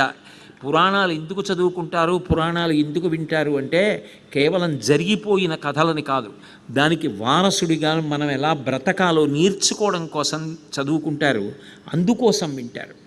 కాబట్టి ఈ మాట అంటే భీముడికి ఎక్కడ లేని కోపం వచ్చింది. కొడుకుల పట్టి చంపెనని కోపమునొందదు, బలఘాతకున్ విడువమరంచు చెప్పెడిది వెర్రిది ద్రౌపది వీడి విప్రుడే. విడువెలనేల వీనిటి చంపుడు, వీనిని మీరలు చంపరేని నా పిడికిటి పోటులను వీని శిరము భిన్నము చేసేదా చూడుడింతరు అన్నాడు. ఏమిటి వెర్రిది ద్రౌపది? ధర్మం అంటుంది, గురువు అంటుంది, గురువు కొడుకు అంటుంది, వీడిని చంపకూడదంటుంది, తల్లి ఏడుస్తుంది అంటుంది. ఇంత పాపం చేసిన వాడిని వదలడం ఏంటి? వీడి తల పగలగొట్టేస్తానన్నాడు. అంటే కృష్ణ పరమాత్మ ముందుకొచ్చి అన్నాడు, నిజమే, అవ్యుడు కాడు శిశుహంత దురాత్మకుడు ఆతతాయి హంతవ్యుడు. కానీ బ్రాహ్మణోన హంతవ్యమటంచు వేద విదితంబగు కావున ధర్మదృష్టి కర్తవ్యము వీని కాచుట యథాస్థితి చూడుము పాండవోత్తమ. ద్రౌపదీదేవి చెప్పింది కూడా నిజమే. గురుపుత్రుడు మహాపాపం చేశాడు, అందులో సందేహం లేదు. వీడు చచ్చిపోయేటట్టుగా వీడిని బాధ పెట్టవలసింది, చంపేయవలసింది. అందులో ఏ విధమైనటువంటి అనుమానం లేదు. శిశుహంత దురాత్ముడు ఆతతాయి, కృష్ణుడంతటి వాడు ఎంత పెద్ద మాట వేశాడు, ఆతతాయి. ఇంకంతకన్నా బహుశः అవతల వ్యక్తి స్థాయిని పాతాళానికి దింపడానికి మాట ఉండదేమో. ఆతతాయి అంటే భగవంతుడంతటి వాడికి చేసిన తప్పుడు పనికి అంత కోపం వచ్చింది. శిశుహంత దురాత్మకుడు ఆతతాయి హంతవ్యుడు, చంపేవతల వారేయవలసిందే, వీడిని బతకనివ్వకూడదు. కానీ ద్రౌపది చెప్తున్న మాట కూడా ధర్మ సంబంధంగా విలువైంది. కాబట్టి ఏం చేస్తే వీడిని చంపేసిన కన్నా ఎక్కువ అవమానమో అది చెయ్యి. నేను మీకు ఒకటి చెప్తాను, జంతువులన్నిటిలో మనుష్య జన్మ గొప్పది అని శంకరాచార్యులు వారి వివేక చూడామణిలో యువతల పక్కన పెద్ద పులిని పెట్టి, యువతల పక్కన సింహాన్ని పెట్టి, మధ్యలో ఒక మనిషిని పెట్టి, ఇది పెద్ద పులి, ఇది ఆకలేస్తే చంపేస్తుంది, క్రూరంగా వేటాడుతుంది. దీనికి ఆకలేస్తే ఒక లేడీ గర్భిణి అయ్యుందని కూడా చూడదు, వెంట పడుతుంది. ఒకవేళ ఈనుతున్న లేడీని కూడా ఇది కొట్టి చంపేస్తుంది. కానీ ఇది సహజంగా పెద్ద పులి, అందుకని దీని క్రౌర్యాన్ని సమర్థించడానికి ఓ విషయం ఉంది. పులి కాబట్టి అలా చేస్తూ ఉంటుంది. సింహం ఇది మృగరాజు, ఇది కూడా ఇలాగే ప్రవర్తిస్తుంది. అవతల వారెవరు దానికి అక్కర్లా, దానికి ఆకలేస్తే పంజా పెట్టి కొట్టేస్తుంది, అది భద్రగజమైన దానికి అక్కర్లా. అది దూకి ఆ ఏనుగు యొక్క కుంభస్థలం మీద కొట్టి ముత్యాలు తింటుంది, ముత్యాలు చెల్లాచెదర చేసి మాంసం తింటుంది. అంత శౌర్యం ఉన్నది, ఎన్నిటినో చంపేస్తుంది. పైకి అందంగా ఉంటుంది, దగ్గరికి వెళ్ళడానికి భయపడతారు అని రెండిటి గురించి రాస్తే చూసిన వాళ్ళు అబ్బా ఇది పెద్ద పులి, ఇది సింహం నిజమే అంటారు. మధ్యలో ఒక మనిషిని పెట్టి వీడు ఒక రోజున ఇంత నీచకృత్యం చేశాడు, వీడు ఇటు పెద్ద పులిలా పుట్టినవాడు కాదు, ఇటు సింహంలా పుట్టినవాడు కాదు, మనిషిలా పుట్టి అంత క్రూర మృగాల కన్నా క్రూరంగా ప్రవర్తించినవాడు. అందుకని వీణ్ణి ఇక్కడే పెట్టాం మీరు చూడాలని అన్నారనుకోండి, అప్పుడు అంతకన్నా పెద్ద శిక్ష ఇంకేమైనా ఉందా? అంటే ఒక్కొక్కసారి అంతంత శిక్ష వేసి వాడికి బతికున్నంతకాలం అనుభవించాలి. అందుకే అశ్వత్థామంతటి వాడిని కృష్ణుడు ఏమన్నాడో తెలుసా? నువ్వు చిరంజీవివై ఉంటావు, కానీ భయంకరమైన క్రూరభూతమై తిరుగుతూ ఉండాలంతే. ఒంటి నిండా భయంకర రూపాన్ని పొంది తిరుగుతావు. ఆవేశంతో రాక్షసుడు ఎలా ఉంటాడో అలా తిరుగుతుంటావు, నిన్నెవ్వరు ఆదరించారు. అంటే ఒక్కొక్కసారి భగవంతుడంతటి వాడు కూడా ఎంత ఆగ్రహాన్ని పొందుతాడో చేయరాని పనులు జరిగితే. పురాణాలు ఎందుకు చదువుతారంటే అలా బ్రతకకూడదు సుమా, తప్పుడు పనులు చేయకూడదు సుమా. దానికి ఎప్పుడూ గుర్తుపెట్టుకోవలసినది మనని అవతల వాళ్ళలో చూడడం. చూస్తే నీ ఉద్వేగం ఆగిపోతుంది. అప్పుడు కృష్ణ పరమాత్మ యొక్క హృదయాన్ని అందుకున్నాడు అర్జునుడు. అందుకే ఆయన ఏం చేశాడంటే, విశ్వస్తుచ్యుడు చక్రశూరుడు మహావీరుండు ఘోరాసిచే అశ్వత్థామ శిరోజముల్ తడిగి చూడాంతర్మహారత్నమున్ శశ్వత్కీర్తి వెలుంగ పుచ్చుకొని పాశవ్రాత బంధంబుల నూడ్చి త్రోచె శిబిరోర్వీభాగంబునన్ బాసిపోల్. ఆ చేతిలో ఉన్న కత్తి తీసుకుని అర్జునుడు ఆ అశ్వత్థామ యొక్క వెంట్రుకలన్నీ తరిగేసి తల మీదవి, లోపల ఒక గొప్ప రత్నం వెలుగుతూ ఉంటుంది. అది అశ్వత్థామకు ఉన్నటువంటి గొప్ప అదృష్టం, శివానుగ్రహం. ఆ రత్నాన్ని ఊడబెరికేసి ఆ పాశవ్రాత బంధంబులను, ఆ కట్టేసినటువంటి బంధనాలు తాళ్ళు విప్పేసి శిబిరానికి అవతల పడిపోయేటట్టుగా ఒక్క తోపు తోసి అవతల కన్నాడు. ఇప్పుడు ఆ రత్నం పోయిన తర్వాత, వెంట్రుకలు ఊడిపోయిన తర్వాత సమాజంలోకి వెళ్ళి తిరుగుతుంటే అర్జునుడు ఇలా చేశాట, రాత్రికి రాత్రి వెళ్ళి పిల్లల్ని చంపేట. కాల్సన వీడి శౌర్యం, ఎవరి కొడుకై పుట్టాడు, ఏ తప్పుడు పని చేశాడు అని అందరు అనాలి. అది కృష్ణుడి తీర్పు. అందుకని కృష్ణుడి హృదయాన్ని అందుకుని అర్జునుడు అటువంటి శిక్ష వేశాడు. అంటే భగవంతుడంతటి వాడు కూడా నీకు మనుష్య జన్మనిచ్చి అన్ని విభూతులనిచ్చినప్పుడు దాన్ని నువ్వు వక్రంగా ఉపయోగిస్తే, క్రూరంగా ఉపయోగిస్తే భగవంతుడు కూడా ఎంత ఆగ్రహాన్ని పొందుతాడు, ఎంత తీవ్రమైన శిక్ష వేస్తాడు అనడానికి భాగవతంలో ఇదే ఉదాహరణ. అయితే ఈ కోణంలో చూడడం ఒకెత్తు, ఆపదగా చూడడం ఒకెత్తు. ఈ విషయం వెళ్ళి అంపశయ్య మీద పడుకున్న భీష్మాచార్యుల వారికి చెప్పారు. భీష్ముడు అన్నాడు, రాజట ధర్మజుండు, సురరాజసుతుండట ధన్వి, శాస్త్రవోద్వీజకమైన గాంధీవము విల్లుయట, సారథి సర్వభద్ర సంయోజకుడైన కృష్ణుడట, ఉగ్రగదాధరుండు భీముడయ్యాజికి తొడువచ్చునట, ఆపద కల్గుటకేమి చిత్రమో అన్నాడు. పూర్వం అంటే దుర్యోధనాదులు ఉన్నారు, ఏదో కుట్రలు చేశారు, కుతంత్రాలు చేశారంటే అర్థం ఉంది. ఇప్పుడు దుర్యోధనుడు కూడా మరణించాడు, ధర్మరాజు రాజు. అర్జునుడు పక్కనే ఉంటాడు, చేతిలో గాంధీవం ఉంది, దేవేంద్రుడి కొడుకు, లోకములన్నింటినీ కాపాడగలిగినటువంటి కృష్ణ పరమాత్మ సారథి అయి ఉన్నాడు. ఇంకొక తమ్ముడు భీముడు ఎప్పుడూ చేతిలో గదాదండాన్ని తిప్పుతూ తిరుగుతూ ఉంటాడు. ఇంతంత గొప్పవాళ్ళు కూడా తప్పించుకోలేని ఆపదొచ్చిందంటే, రాత్రికి రాత్రి 5 కొడుకుల్ని చంపేస్తుంటే వీళ్ళకి తెలియలేదు అంటే, వాళ్ళు బతకలేదు అంటే ఆపద అన్నమాట ఎంత పెద్దది, దాన్ని తప్పించడం భగవంతుడికి తప్ప అన్యులకు సాధ్యమా అన్నాడు. ఆపదని ఈశ్వరుడు ఒక్కడే గట్టెక్కించగలడు సుమా.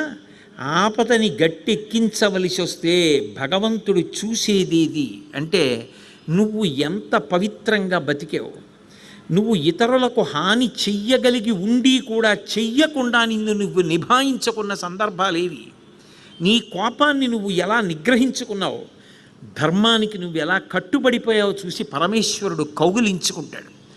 కబీర్ దాస్ గారు ఓ మాట అంటాడు, ధీరే ధీరే రేమనా ధీరే సబకుచి హోయ్ మాలీసించే సౌకర్య ఋతువాయే ఫల్హోయ్ అంటాడు. ఇవాళ విత్తనాలు పెట్టి నేను బిందెలు నీళ్లు పోస్తే జామ చెట్టు వచ్చి కాయలు కాస్తుందా? ఇవాళ విత్తనం పెట్టి కొద్ది కొద్దిగా నీళ్లు పోస్తే ఒక 5 ఏళ్ల తర్వాత చెట్టే విరగ కాస్తుంది. ధర్మాన్ని నమ్ముకున్నవాడు పాడవడు. ధర్మానికి ఫలితం, శాశ్వతమైన ఫలితం కాలంలో కనపడుతుంది. ఆనాడు ధర్మం పట్టుకున్నవాడు ఎంత గొప్పవాడో మిగిలిన వాళ్ళకి కూడా ఆదర్శం అవుతాడు. ధర్మం వదిలినవాడు నశించిపోతాడు.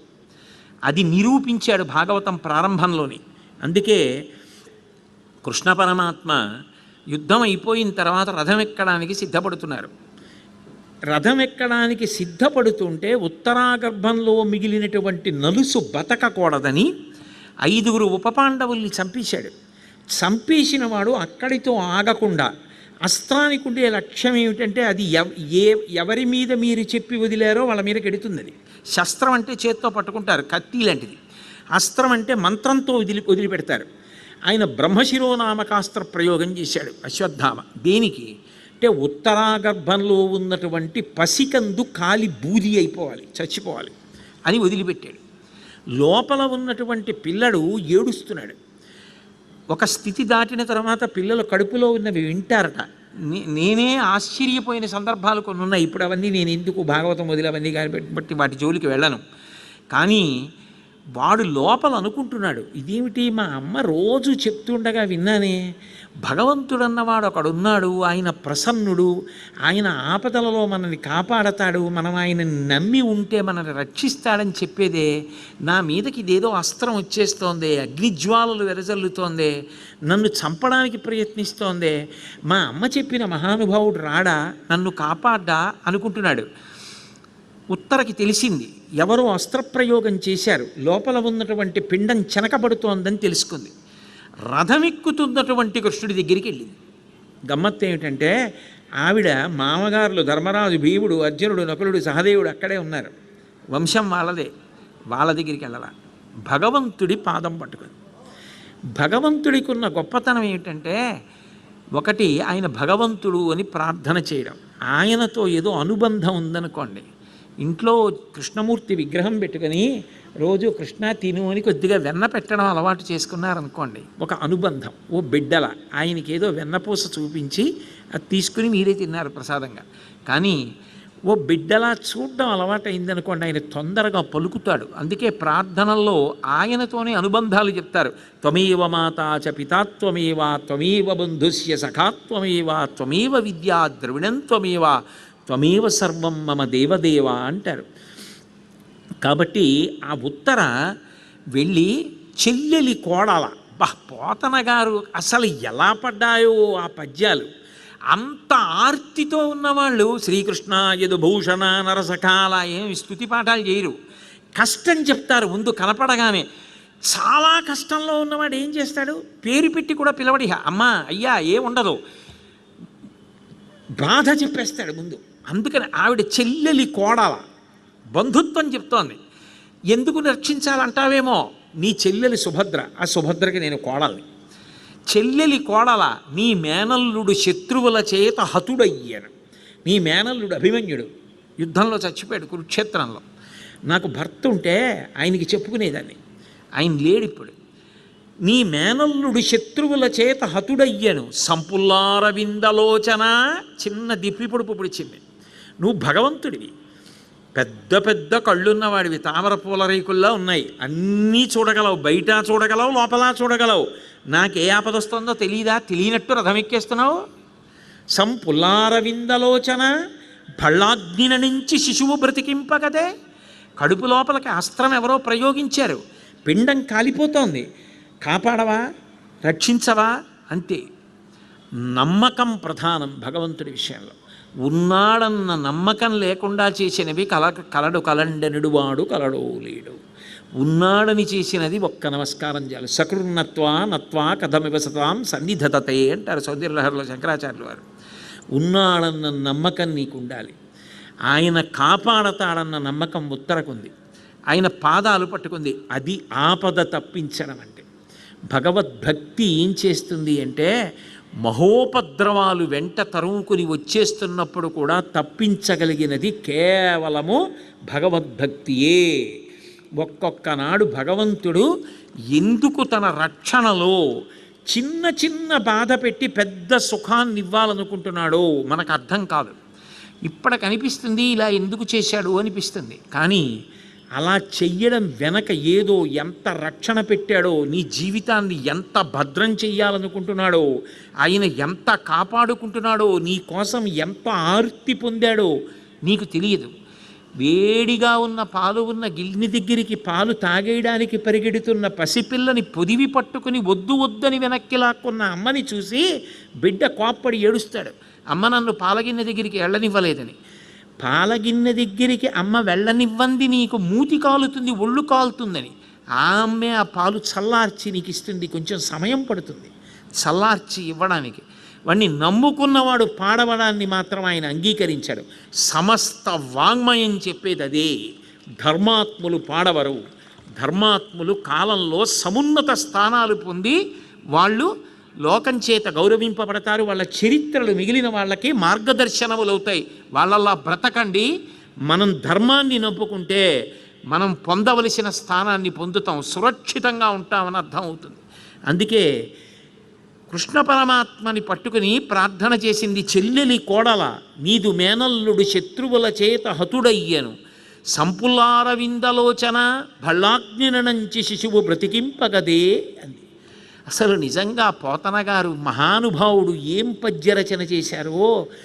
ఆయన ఒకసారి కనపడితే ఒక్క 5 నిమిషాలు ఆయన పాదాలకి అంటుకున్నటువంటి రజస్సుని నా శిరస్సు మీద జల్లుకోవాలనుంటుంది నాకు. ఎంత గొప్ప పద్యరచనో. సకల ప్రాణి హృదాంతరాళబల భాస్వజ్యోతి అయ్యుండు సూక్ష్మకళుండచ్యుతుడ ఎడన్ విరటజాగర్భంబున చక్రహస్తకుడై వైష్ణవమాయ కప్పి కురు సంతానార్థిమై అడ్డమై ప్రకట స్ఫూర్తి ననంచ ద్రోణ తనయ బ్రహ్మాస్త్రమున్ లీలతోన్.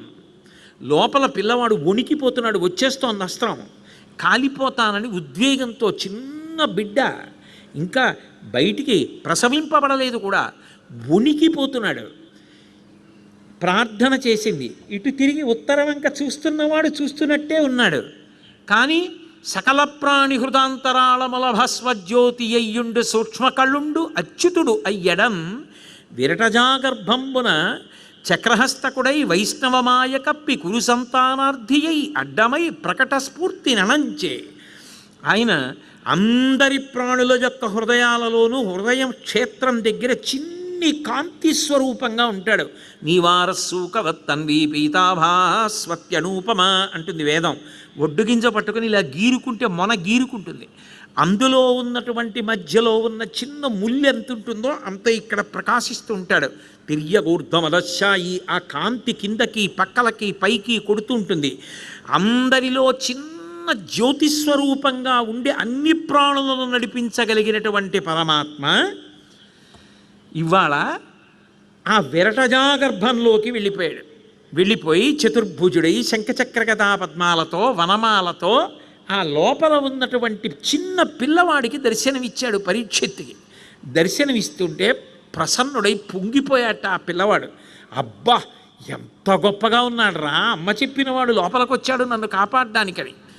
ఆయనే చక్రహస్తకుడై కురు సంతానార్థియై అడ్డమై ప్రకట స్ఫూర్తి ననంచే ద్రోణతనయ బ్రహ్మాస్త్రమున్ వీలతోన్. సుదర్శన చక్రం పట్టుకుని బ్రహ్మాస్త్రం నుంచి వస్తున్న అగ్ని జ్వాలలను తనలోకి తీసేసుకున్నాడు. పిల్లవాడు చెక్కు చెదరలేదు, కసుగందలేదు. పోతన గారు ఆ పరీక్షిత్ యొక్క వైభవాన్ని చెప్తూ అంటారు, ఆ పిల్లవాడు పుట్టినప్పుట ఎంత ఆశ్చర్యం జరిగింది అంటే, నిజానికి ఆ భగవంతుని యొక్క లీలా విలాసంలో అస్త్రప్రయోగం జరిగినప్పుడు పాండవ సంతతి అంతరించిపోయింది. ప్రకటితమైన దైవయోగమున పాండవ సంతతి అంతరింపగా వికలతనందనీక ప్రభవిష్ణుడు కృష్ణుడు అనుగ్రహించి శాబకు బ్రతికించగావున నృపాలక శాబకుడింక విష్ణురాతుడను పేర ధరిత్రి ప్రసిద్ధికి నెక్కె పూజ్యుడై అంటారు. నిజానికి ప్రకటితమైన దైవయోగమున బ్రహ్మాస్త్ర ప్రయోగం చేత పిల్లవాడు చచ్చిపోవాలి.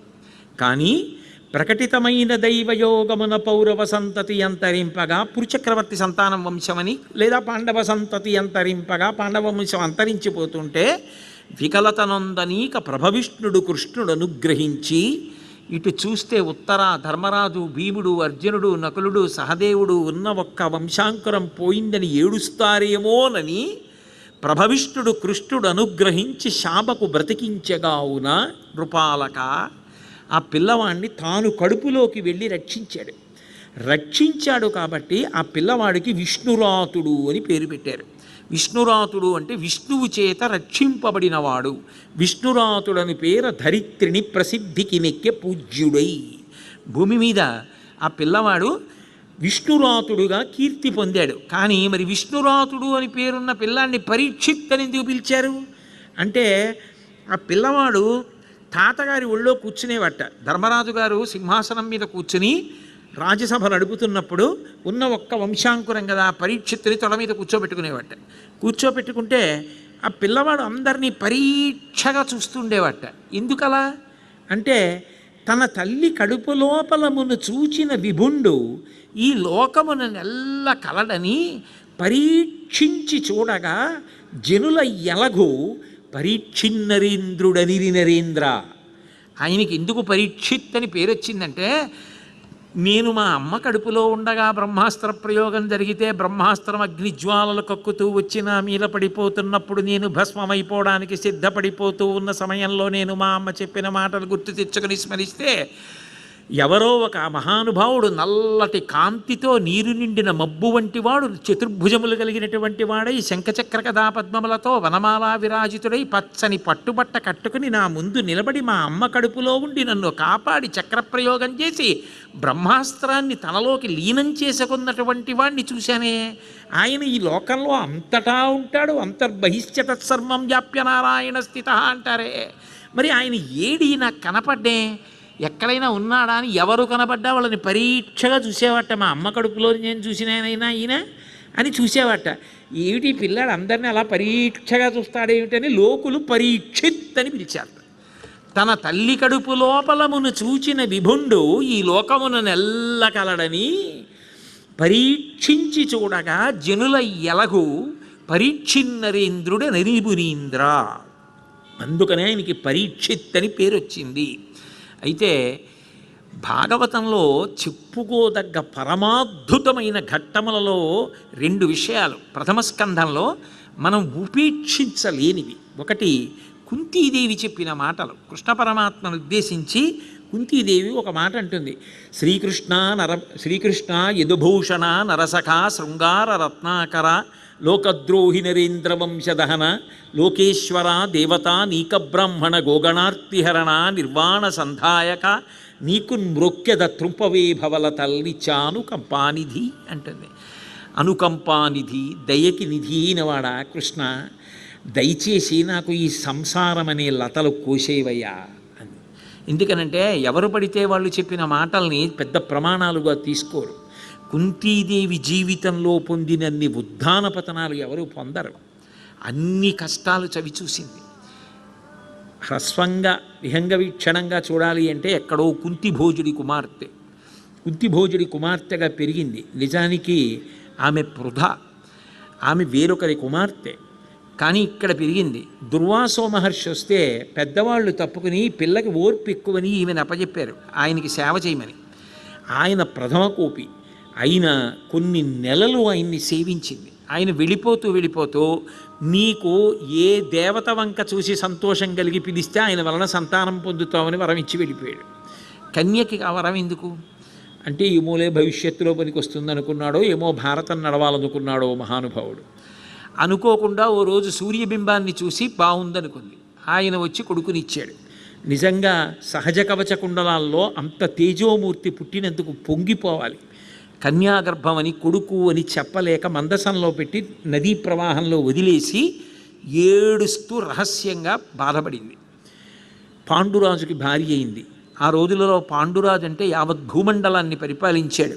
ఇంతటి మహాత్ముడికి భార్యనయ్యానని పొంగిపోయింది. పొంగు ఎంతోసేపు ఉండలేదు. ఆయన మాద్రిని పెళ్లి చేసుకున్నాడు. తానుండగా మళ్ళీ రెండో భార్య ఎందుకు, కుంగిపోయింది. మళ్ళీ ఊంచుకుంది. ఇద్దరినీ తీసుకుని వేటకెళ్ళాడు. వెళ్ళినవాడు ఊరుకోకుండా ఏదో ఆ మృగమిథున మీద బాణం వేశాడు. భార్యతో సంగమం పొందితే మరణిస్తామని శాపం పొందాడు. బ్రహ్మచారిగా తపస్సులో ఉండిపోయాడు. ఉండిపోయినటువంటి సమయంలో ఒకనాడు మాద్రిని చూసి ఆ మనసులో ఉత్సుకత పొందాడు. తత్కారణం చేత మరణించాడు. భర్త మరణించాడు. నేను ఒక్కదాన్ని పిల్లల్ని పెంచలేను, నాకు ఆ శక్తి లేదని మాద్రి సహగమనం చేసింది. సవతి పిల్లల్ని తన పిల్లల్ని తీసుకుని దుర్యోధనాదుల దగ్గరికి వెడితే ఎంత నీచంగా మాట్లాడతారు వాళ్ళ పుట్టుక గురించి. అందుకని ఋషుల్ని తీసుకుని వెళ్ళింది. ఋషుల్ని తీసుకుని వెళ్ళి ఆ పిల్లల్ని కష్టపడి పెంచి పెద్ద చేద్దామంటే రోజు ఆపదే. విషం పెట్టేవాడు, అగ్ని పెట్టేవాడు, రకరకాల ఆపదలు ఇన్ని దాటారు. ఆఖరికి లక్క ఇంట్లో కాల్చేస్తే విదురుడి సహాయంతో గంగ దాటి 5 పిల్లలతో భిక్షాటన చేయించి భిక్షాన్నం, పాండురాజు పిల్లలు ఉత్తరాధికారులు, వాళ్ళకి భిక్షాన్నం పెట్టి పెంచి పెద్ద చేసి మనసు రాయి చేసుకుని నిలబడింది. ద్రుపద మహారాజు గారి దగ్గర మత్స్యయంత్రం కొట్టి ద్రౌపదీదేవిని అర్జునుడు వివాహం చేసుకోవలసిన సందర్భంలో 5 భార్యని చేసి అమ్మయ్య అనుకుంది. ధృతరాష్ట్రుడు పిలిచి అర్ధరాజ్యం ఇచ్చాడు, పట్టాభిషేకం పొందాడు, అమ్మయ్య అనుకుంది. జూదమాడి అన్నీ పోగొట్టుకున్నాడు. మళ్ళీ ద్రౌపదీదేవి వాళ్ళ రాజ్యం వచ్చింది. పునర్జ్యూతానికి వెళ్ళి అజ్ఞాతవాసం, అరణ్యవాసం కూడా తెచ్చుకున్నాడు. 5 కొడుకులు కోడలు వెళ్ళిపోతే ఆ ఇంట ఉండి అన్నం తింటే దుర్యోధనుడు, ధృతరాష్ట్రుడు అనే మాటలు తట్టుకోలేనని విదురుడి ఇంటికి వెళ్ళి తలదాచుకుంది. పిల్లలు తిరిగి వచ్చిన తర్వాత యుద్ధం జరిగింది.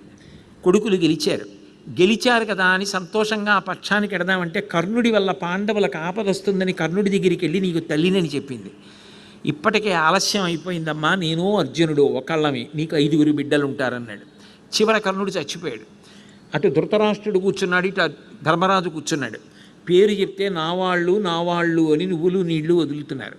కర్ణుడి పేరు చెప్తే నావాడు కాదన్నాడు ధర్మరాజు, నావాడు కాడన్నాడు ధృతరాష్ట్రుడు. బాధ పట్టలేక నా కొడుకు అని చెప్పేసింది. ఇంత చెప్పిన తర్వాత ధర్మరాజు గారు శాపం ఇచ్చాడు, ఇన్నాళ్ళు నోట్లో దాచేసావు చెప్పకుండా రహస్యాన్ని. కొడుకు వల్ల శాపం పొందింది. చిట్ట చివర గాంధారి కోపం వచ్చి 100 కొడుకులు చచ్చిపోయారు, కుంతికి 5 కొడుకులు బతికారని ఆగ్రహంతో ఉండగా కంటికున్న కట్టు జారింది. ఆవిడ కంటి ఎరుపు ధర్మరాజు గారి పాదాల మీద పెడితే పాదాలు కాలి బొబ్బలెక్కాయి. ఎప్పుడు ఎక్కడ కొడుకులు గుర్తొస్తారో, ఏ శాపం ఇస్తుందో అని అవసరం లేకపోయినా ధృతరాష్ట్రుడితో కుంతితో అరణ్యాలకు వెళ్ళిపోయి చిట్ట చివరికి దావానలంలో శరీరం వదిలేసింది. ఇన్ని కష్టాలు పడింది, ఇన్ని ఉద్ధాన పతనాలు చూసింది, ఆ పిల్లల కోసం అంత తాపత్రయపడింది, చివరికి ధర్మరాజు వల్లే శాపం పొందింది. ఇన్ని కష్టాలు పడిన కుంతి కృష్ణ పరమాత్మ దగ్గరికి వెళ్ళి అడిగింది, నాకు వద్దు ఇంకా ఈ వ్యామోహాలు తీసేయి, ఎంతకాలం ఈ వ్యామోహాలు, ఇవి ఇలాగే ఉంటాయి, నువ్వే కోసేసేయి, నన్ను నీలో కలిపేసుకో అని సంసార బంధనములు తీసేయమని ఎంత గొప్ప పద్యం చెప్పిందో. శ్రీకృష్ణ యదుభూషణ నరసఖ శృంగార రత్నాకర లోకద్రోహి నరేంద్రవంశదహన లోకేశ్వర దేవతానీక బ్రాహ్మణ గోగణార్తిహరణ నిర్వాణ సంధాయక నీకు మృక్కెద త్రుంపవే భవల తల్లి చానుకంపానిధి అంది. ఆ తల్లే కృష్ణుడితో అంటుంది, అంటే నేను అన్ని విషయాలు కాకపోయినా ప్రధానమైన విషయాల మీద ఒక్కసారి స్పృశిస్తున్నాను. యాదవులందు పాండుసుతులందు నాకు మోహ విచ్ఛేదము చేయుమయ్య ఘనసింధువు చీరెడి గంగభంగి నీపాద సరోజ చింతనముపై అనిశము మదీయ బుద్ధి అచ్చాదర వృత్తితో గదియగనట్లు చేయగదయ్య ఈశ్వర అంటుంది. వ్యక్తిగతంగా నా అభిప్రాయం ఏమిటంటే, ఈ పద్యం కంఠగతమై ప్రతిరోజు ఒక్కసారైనా చెప్పుకోవాలి. నేను కూడా ఈ పద్యం ఒకసారి స్మరిస్తూ ఉంటాను. యాదవులందు పాండుసుతులందు నాకు మోహ విచ్ఛేదము చెయ్యమయ్య. తెగమంటే తెగేవి కావు, పెరుగుతూ ఉంటాయి బంధనాలు. కొడుకు, మనవడు, మనవరాలు, ఇంకా ఇంకా వ్యామోహం పెరుగుతూ ఉంటుంది. ఈశ్వర అవి తెగవు, నువ్వు కోసి. నాకు ఇవి శాశ్వతములు కావు, నా జీవుడు నీలో చేరాలి, ఎన్ని కోట్ల జన్మలు ఎత్తాను, ఇవన్నీ ఇలా జరుగుతూనే ఉన్నాయి, చాలు, చాలా కాలం అనుభవించాను, ఇంత సంతోషం ఇచ్చావు, ఇన్ని సుఖాలు ఇచ్చావు, కానీ ఇలా జీవుడు ఎన్ని మాటలు పుట్టాలి, ఎన్ని మాటలు బంధనాలు, ఎన్ని మాటలు, ఇవన్నీ వద్దు. యాదవులందు పాండుసుతులందు నాకు మోహ విచ్ఛేదము చేయుమయ్య ఘనసింధువు చేరెడి గంగభంగి. గంగానది ప్రవహించి వెళ్ళిపోతుంటే సముద్రానికి దారిటెనెవరు చెప్పరు, కానీ గంగ సముద్రం దగ్గరికి వెళ్ళిపోతుంది, సముద్రంలో కలిసిపోతుంది. ఆ కలిసిపోయేటప్పుడు కంచి కామకోటి పీఠాధిపత్యం వహించిన మహాపురుషులు చంద్రశేఖరేంద్ర సరస్వతీ స్వామి వంటి వారు సత్యదండంతో వెళ్ళి స్నానం చేస్తారు. అటువంటి మహాపురుషుడు స్నానం చేశారని పొంగిపోయి ఆగదు. ఒక దుర్మార్గుడు మూత్ర విసర్జన చేస్తాడు, బాధపడదు. ఒక చోట ముళ్ళ చెట్టు నీటి మీదకి వంగి వీపు చీరుతుంది, బెంగ పెట్టుకోదు.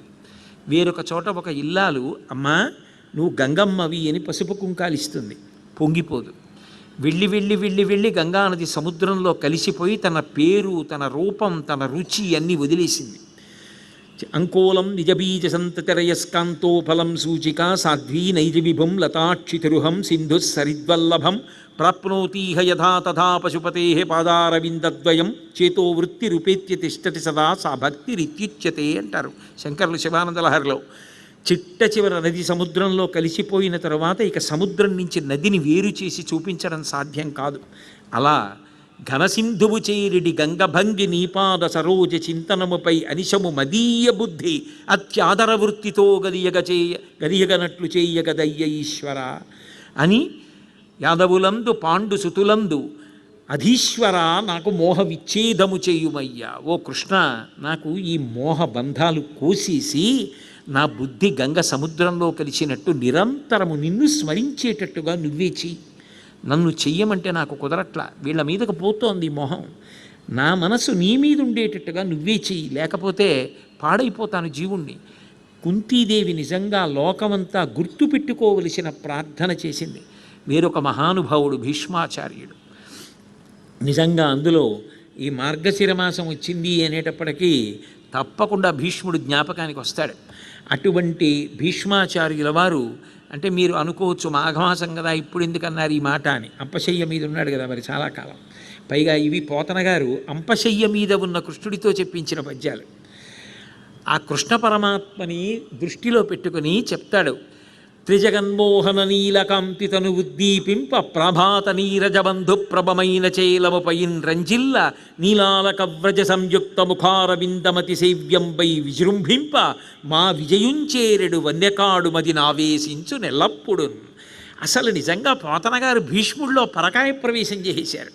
ఎందుకని అంటే అర్జునుడు ఒక గొప్ప వ్యూహం రచించాననుకున్నాడు.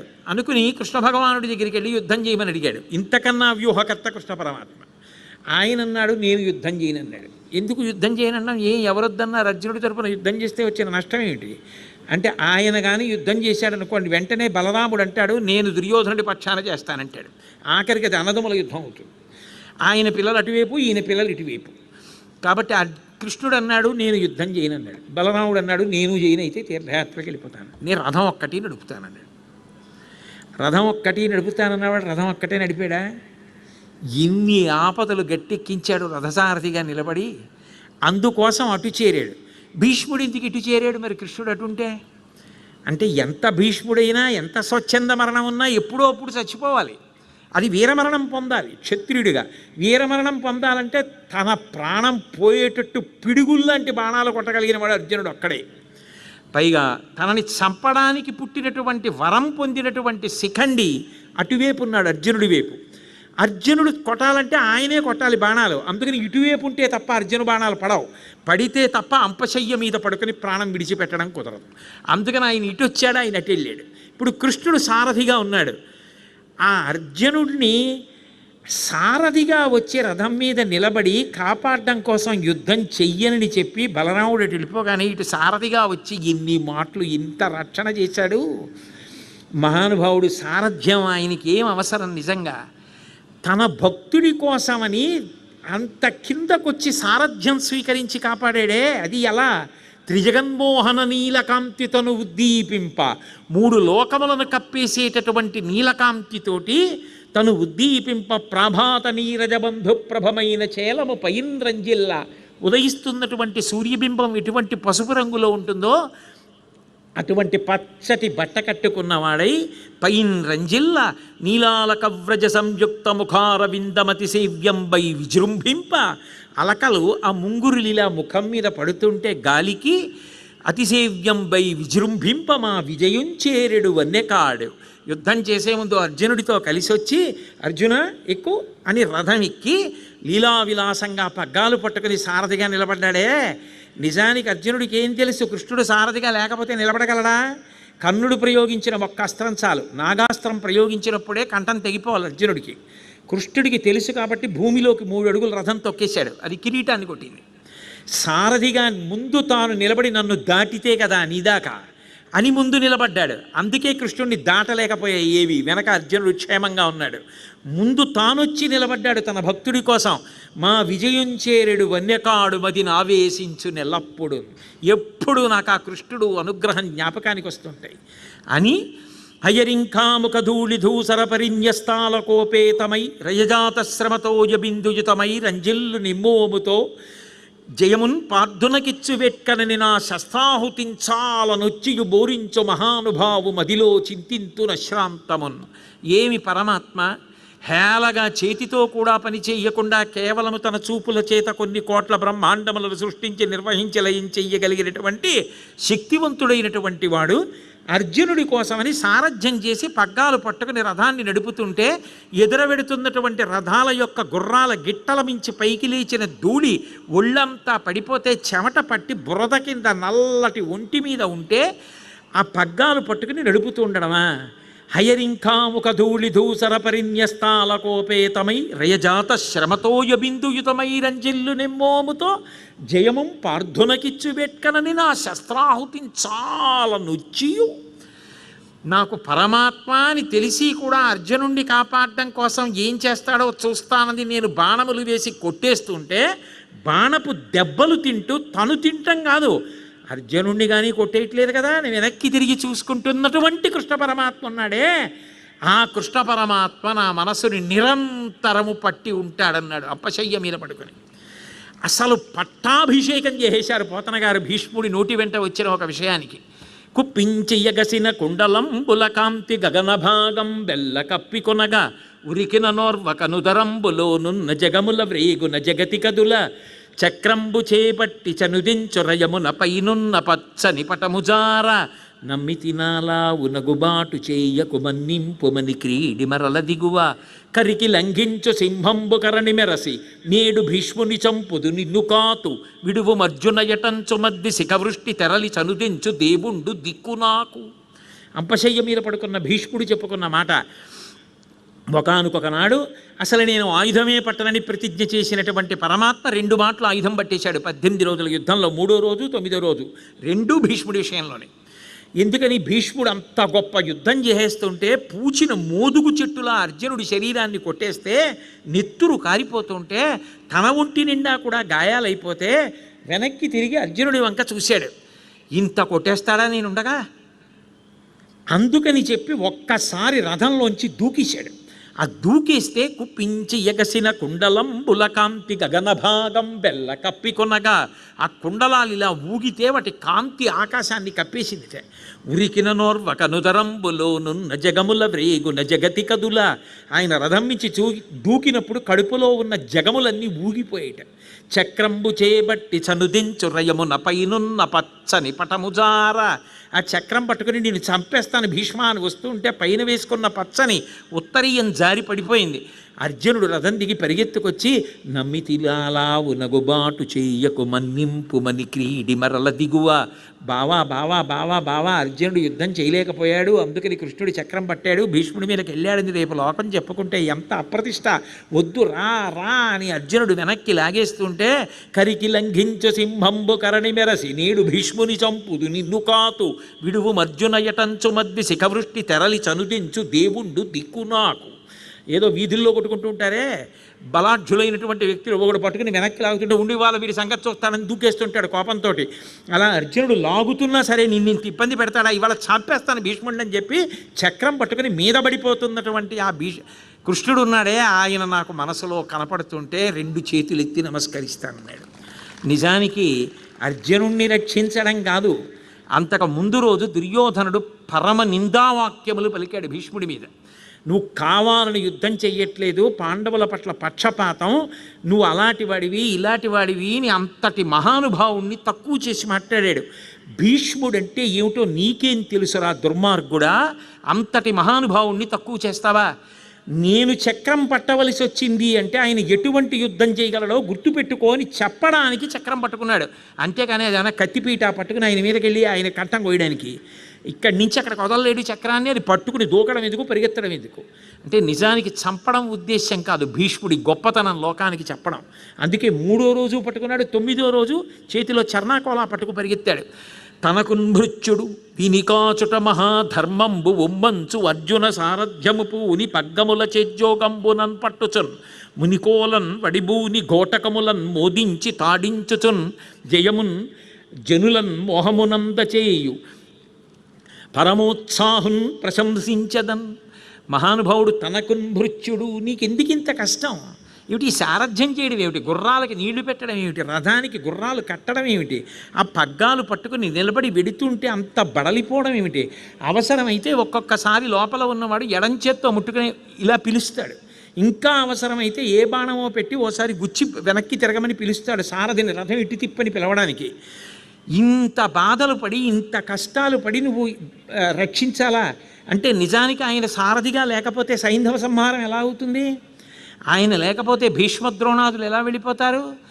ఆయన లేకపోతే నిజానికి అర్జునుడు ఎలా గెలుస్తాడు?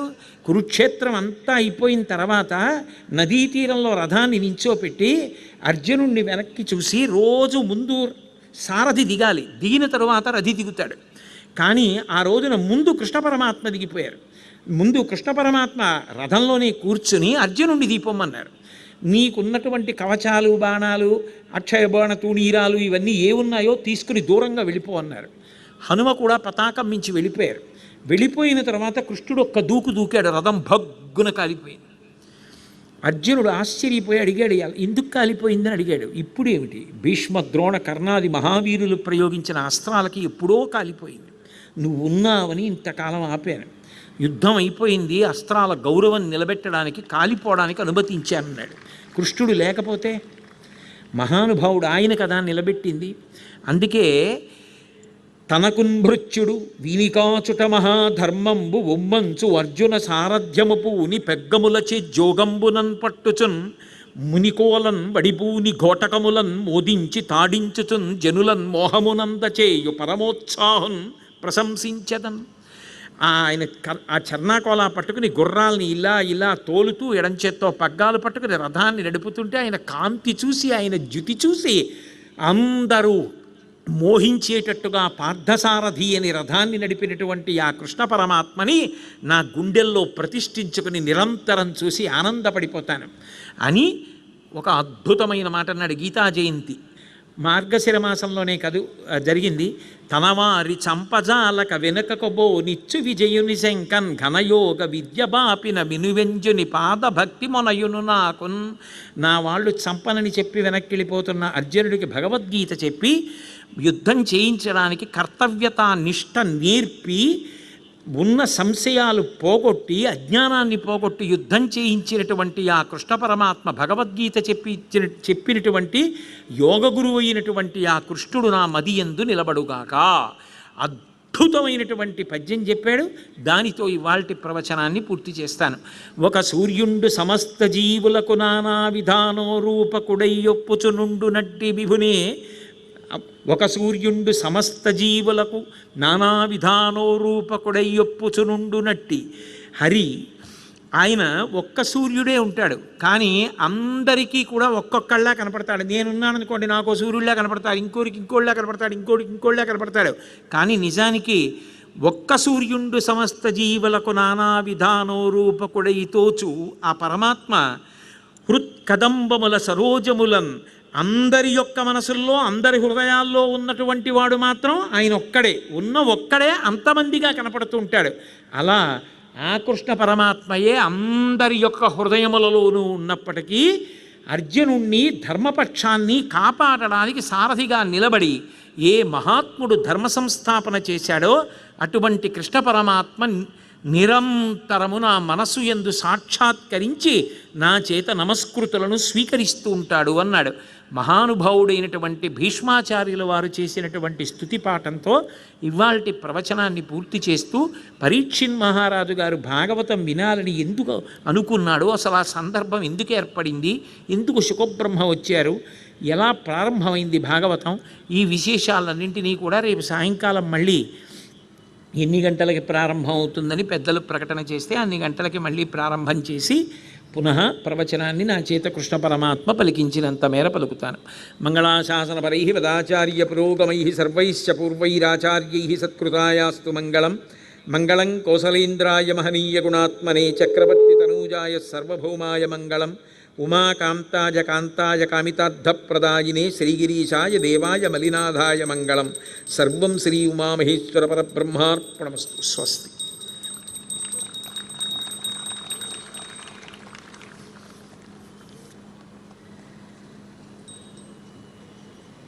అలాగే ఒకసారి